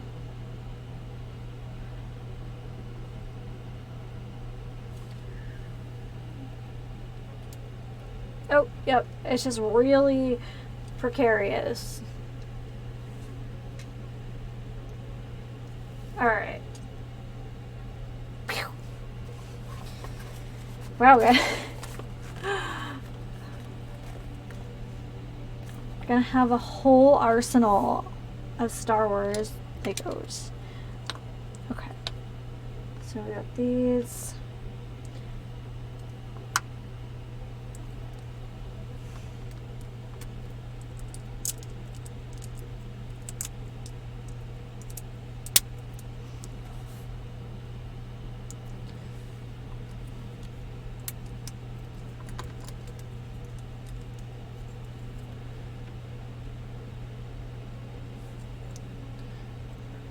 So we have a hinge that goes smack dab in the middle there. And then, yeah, these two small guys.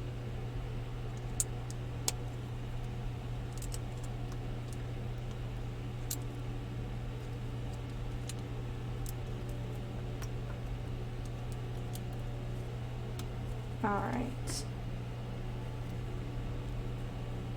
Now as we're finishing up here, again, I really appreciate you guys hanging out with me, and whether we're doing Legos or video games, I don't know, enjoy your company.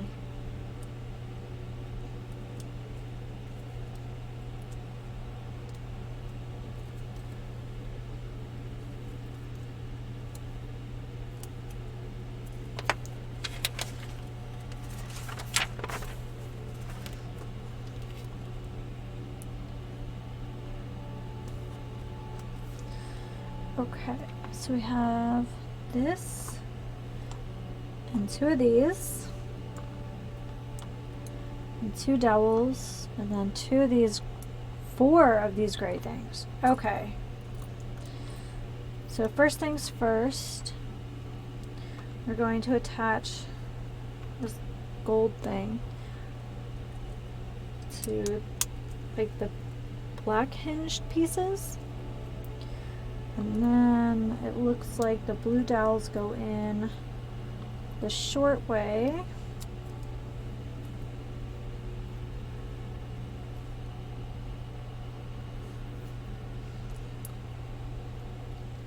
So 1, 2.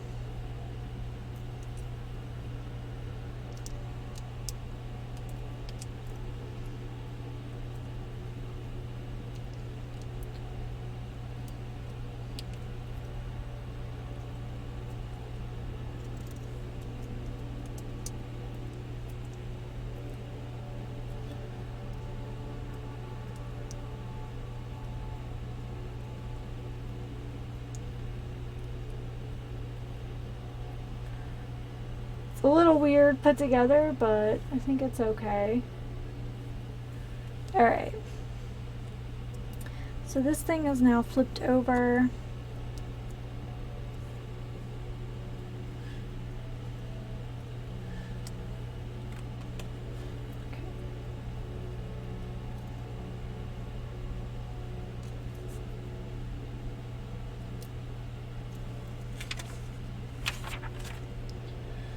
Alright, so with this in this direction,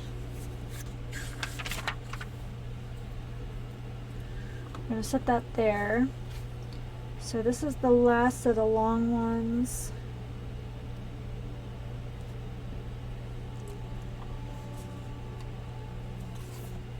Oh, yep, here we go, 3 of these.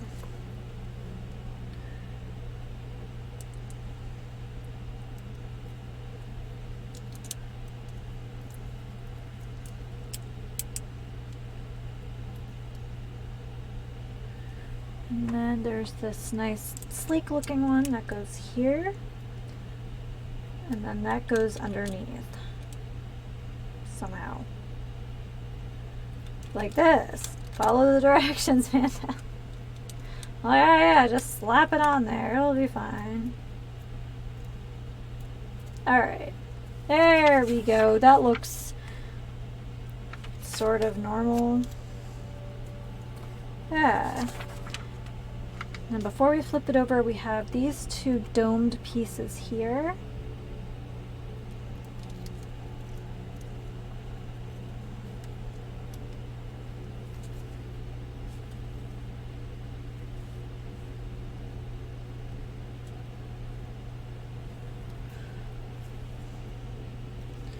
Oh, there we go. These little guys. I was wondering where these were going to come in. We're getting to the end.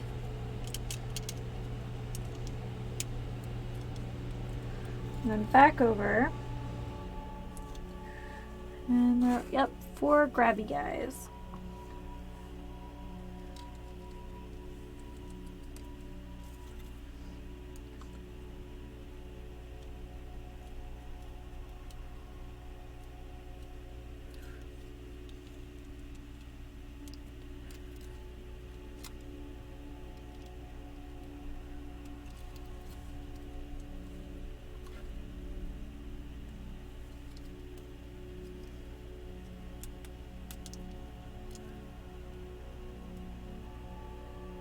Go.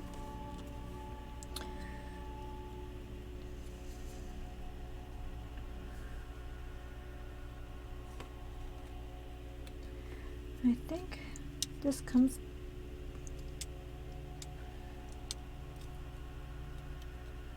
I think they have me swinging this foot back flat. Okay, so I think that actually goes up on top. I think this is the hatch.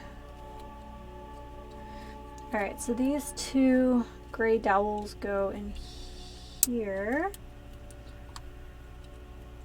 I don't know why, it makes me think of the witch tower that I put together last year. Oh good, that thing took forever. It doesn't stop me from doing another one, but like, I now realize how much prep time goes into it, and also like I just need to use different glue.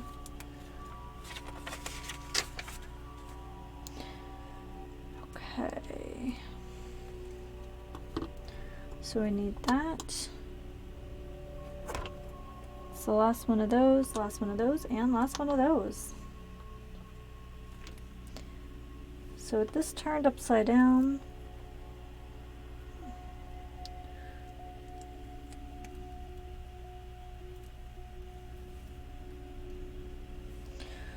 and then the disc goes on top.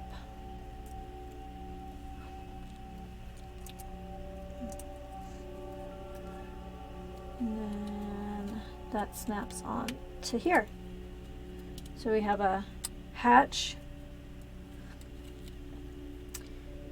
Alright, let me move this to the center so you guys can see it. Hopefully the depth of field is okay for you guys. So this is that kind of switch looking thing. So this is going to go right behind it. And I'll tilt it for you so you can see better. Alright.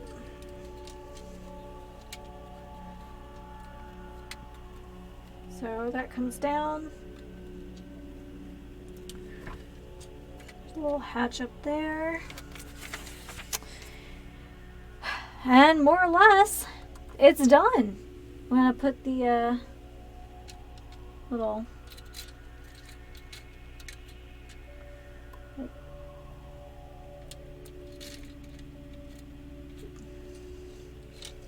alright, whoop, whoop.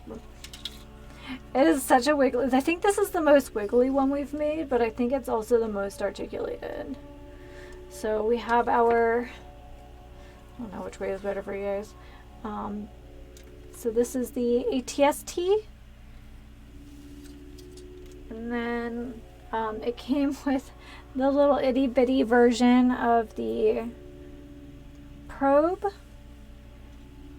And then of course our lovely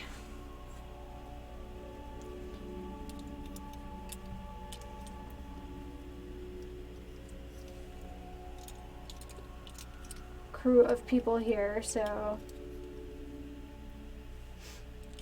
I believe this is the fellow that actually goes in the cockpit in there, but yeah.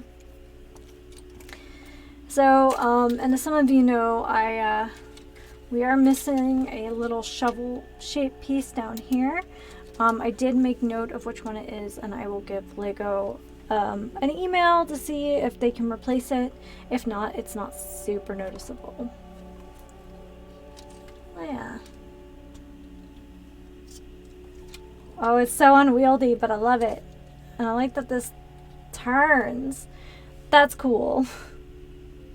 But I will take some pictures and I will post those to Instagram so you guys can see what that looks like completed. Wow, guys, thanks for hanging out.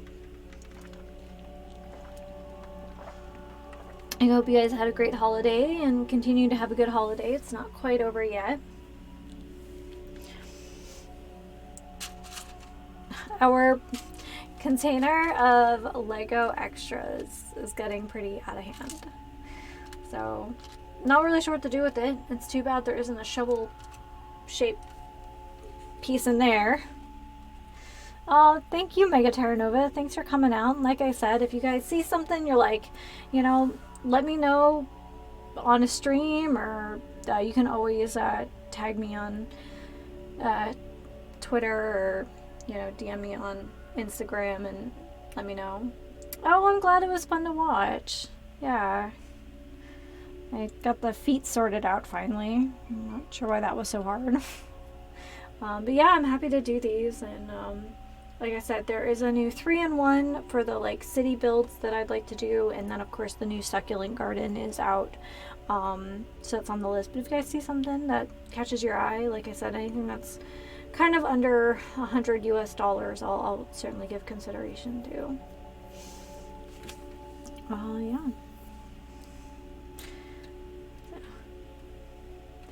Unfortunately, the Star Wars ones, like, this size is usually pretty well priced, but then they get really big and really expensive, or they're just like little itty bitty like play sets. So, but yeah, I'm glad we did this one. This is really fun. I do like how hydraulic it is, like at least in appearance. So, but I'll get those pictures up on Instagram for you guys. Well, I guess I will be seeing you guys next Sunday, hopefully. I will try to get the upcoming schedule. I'm gonna make a habit of trying to get that on Instagram and retweet it just so it's kind of out there. So for right now, I just have the Sunday stream planned, but if something comes up, I'll let you guys know.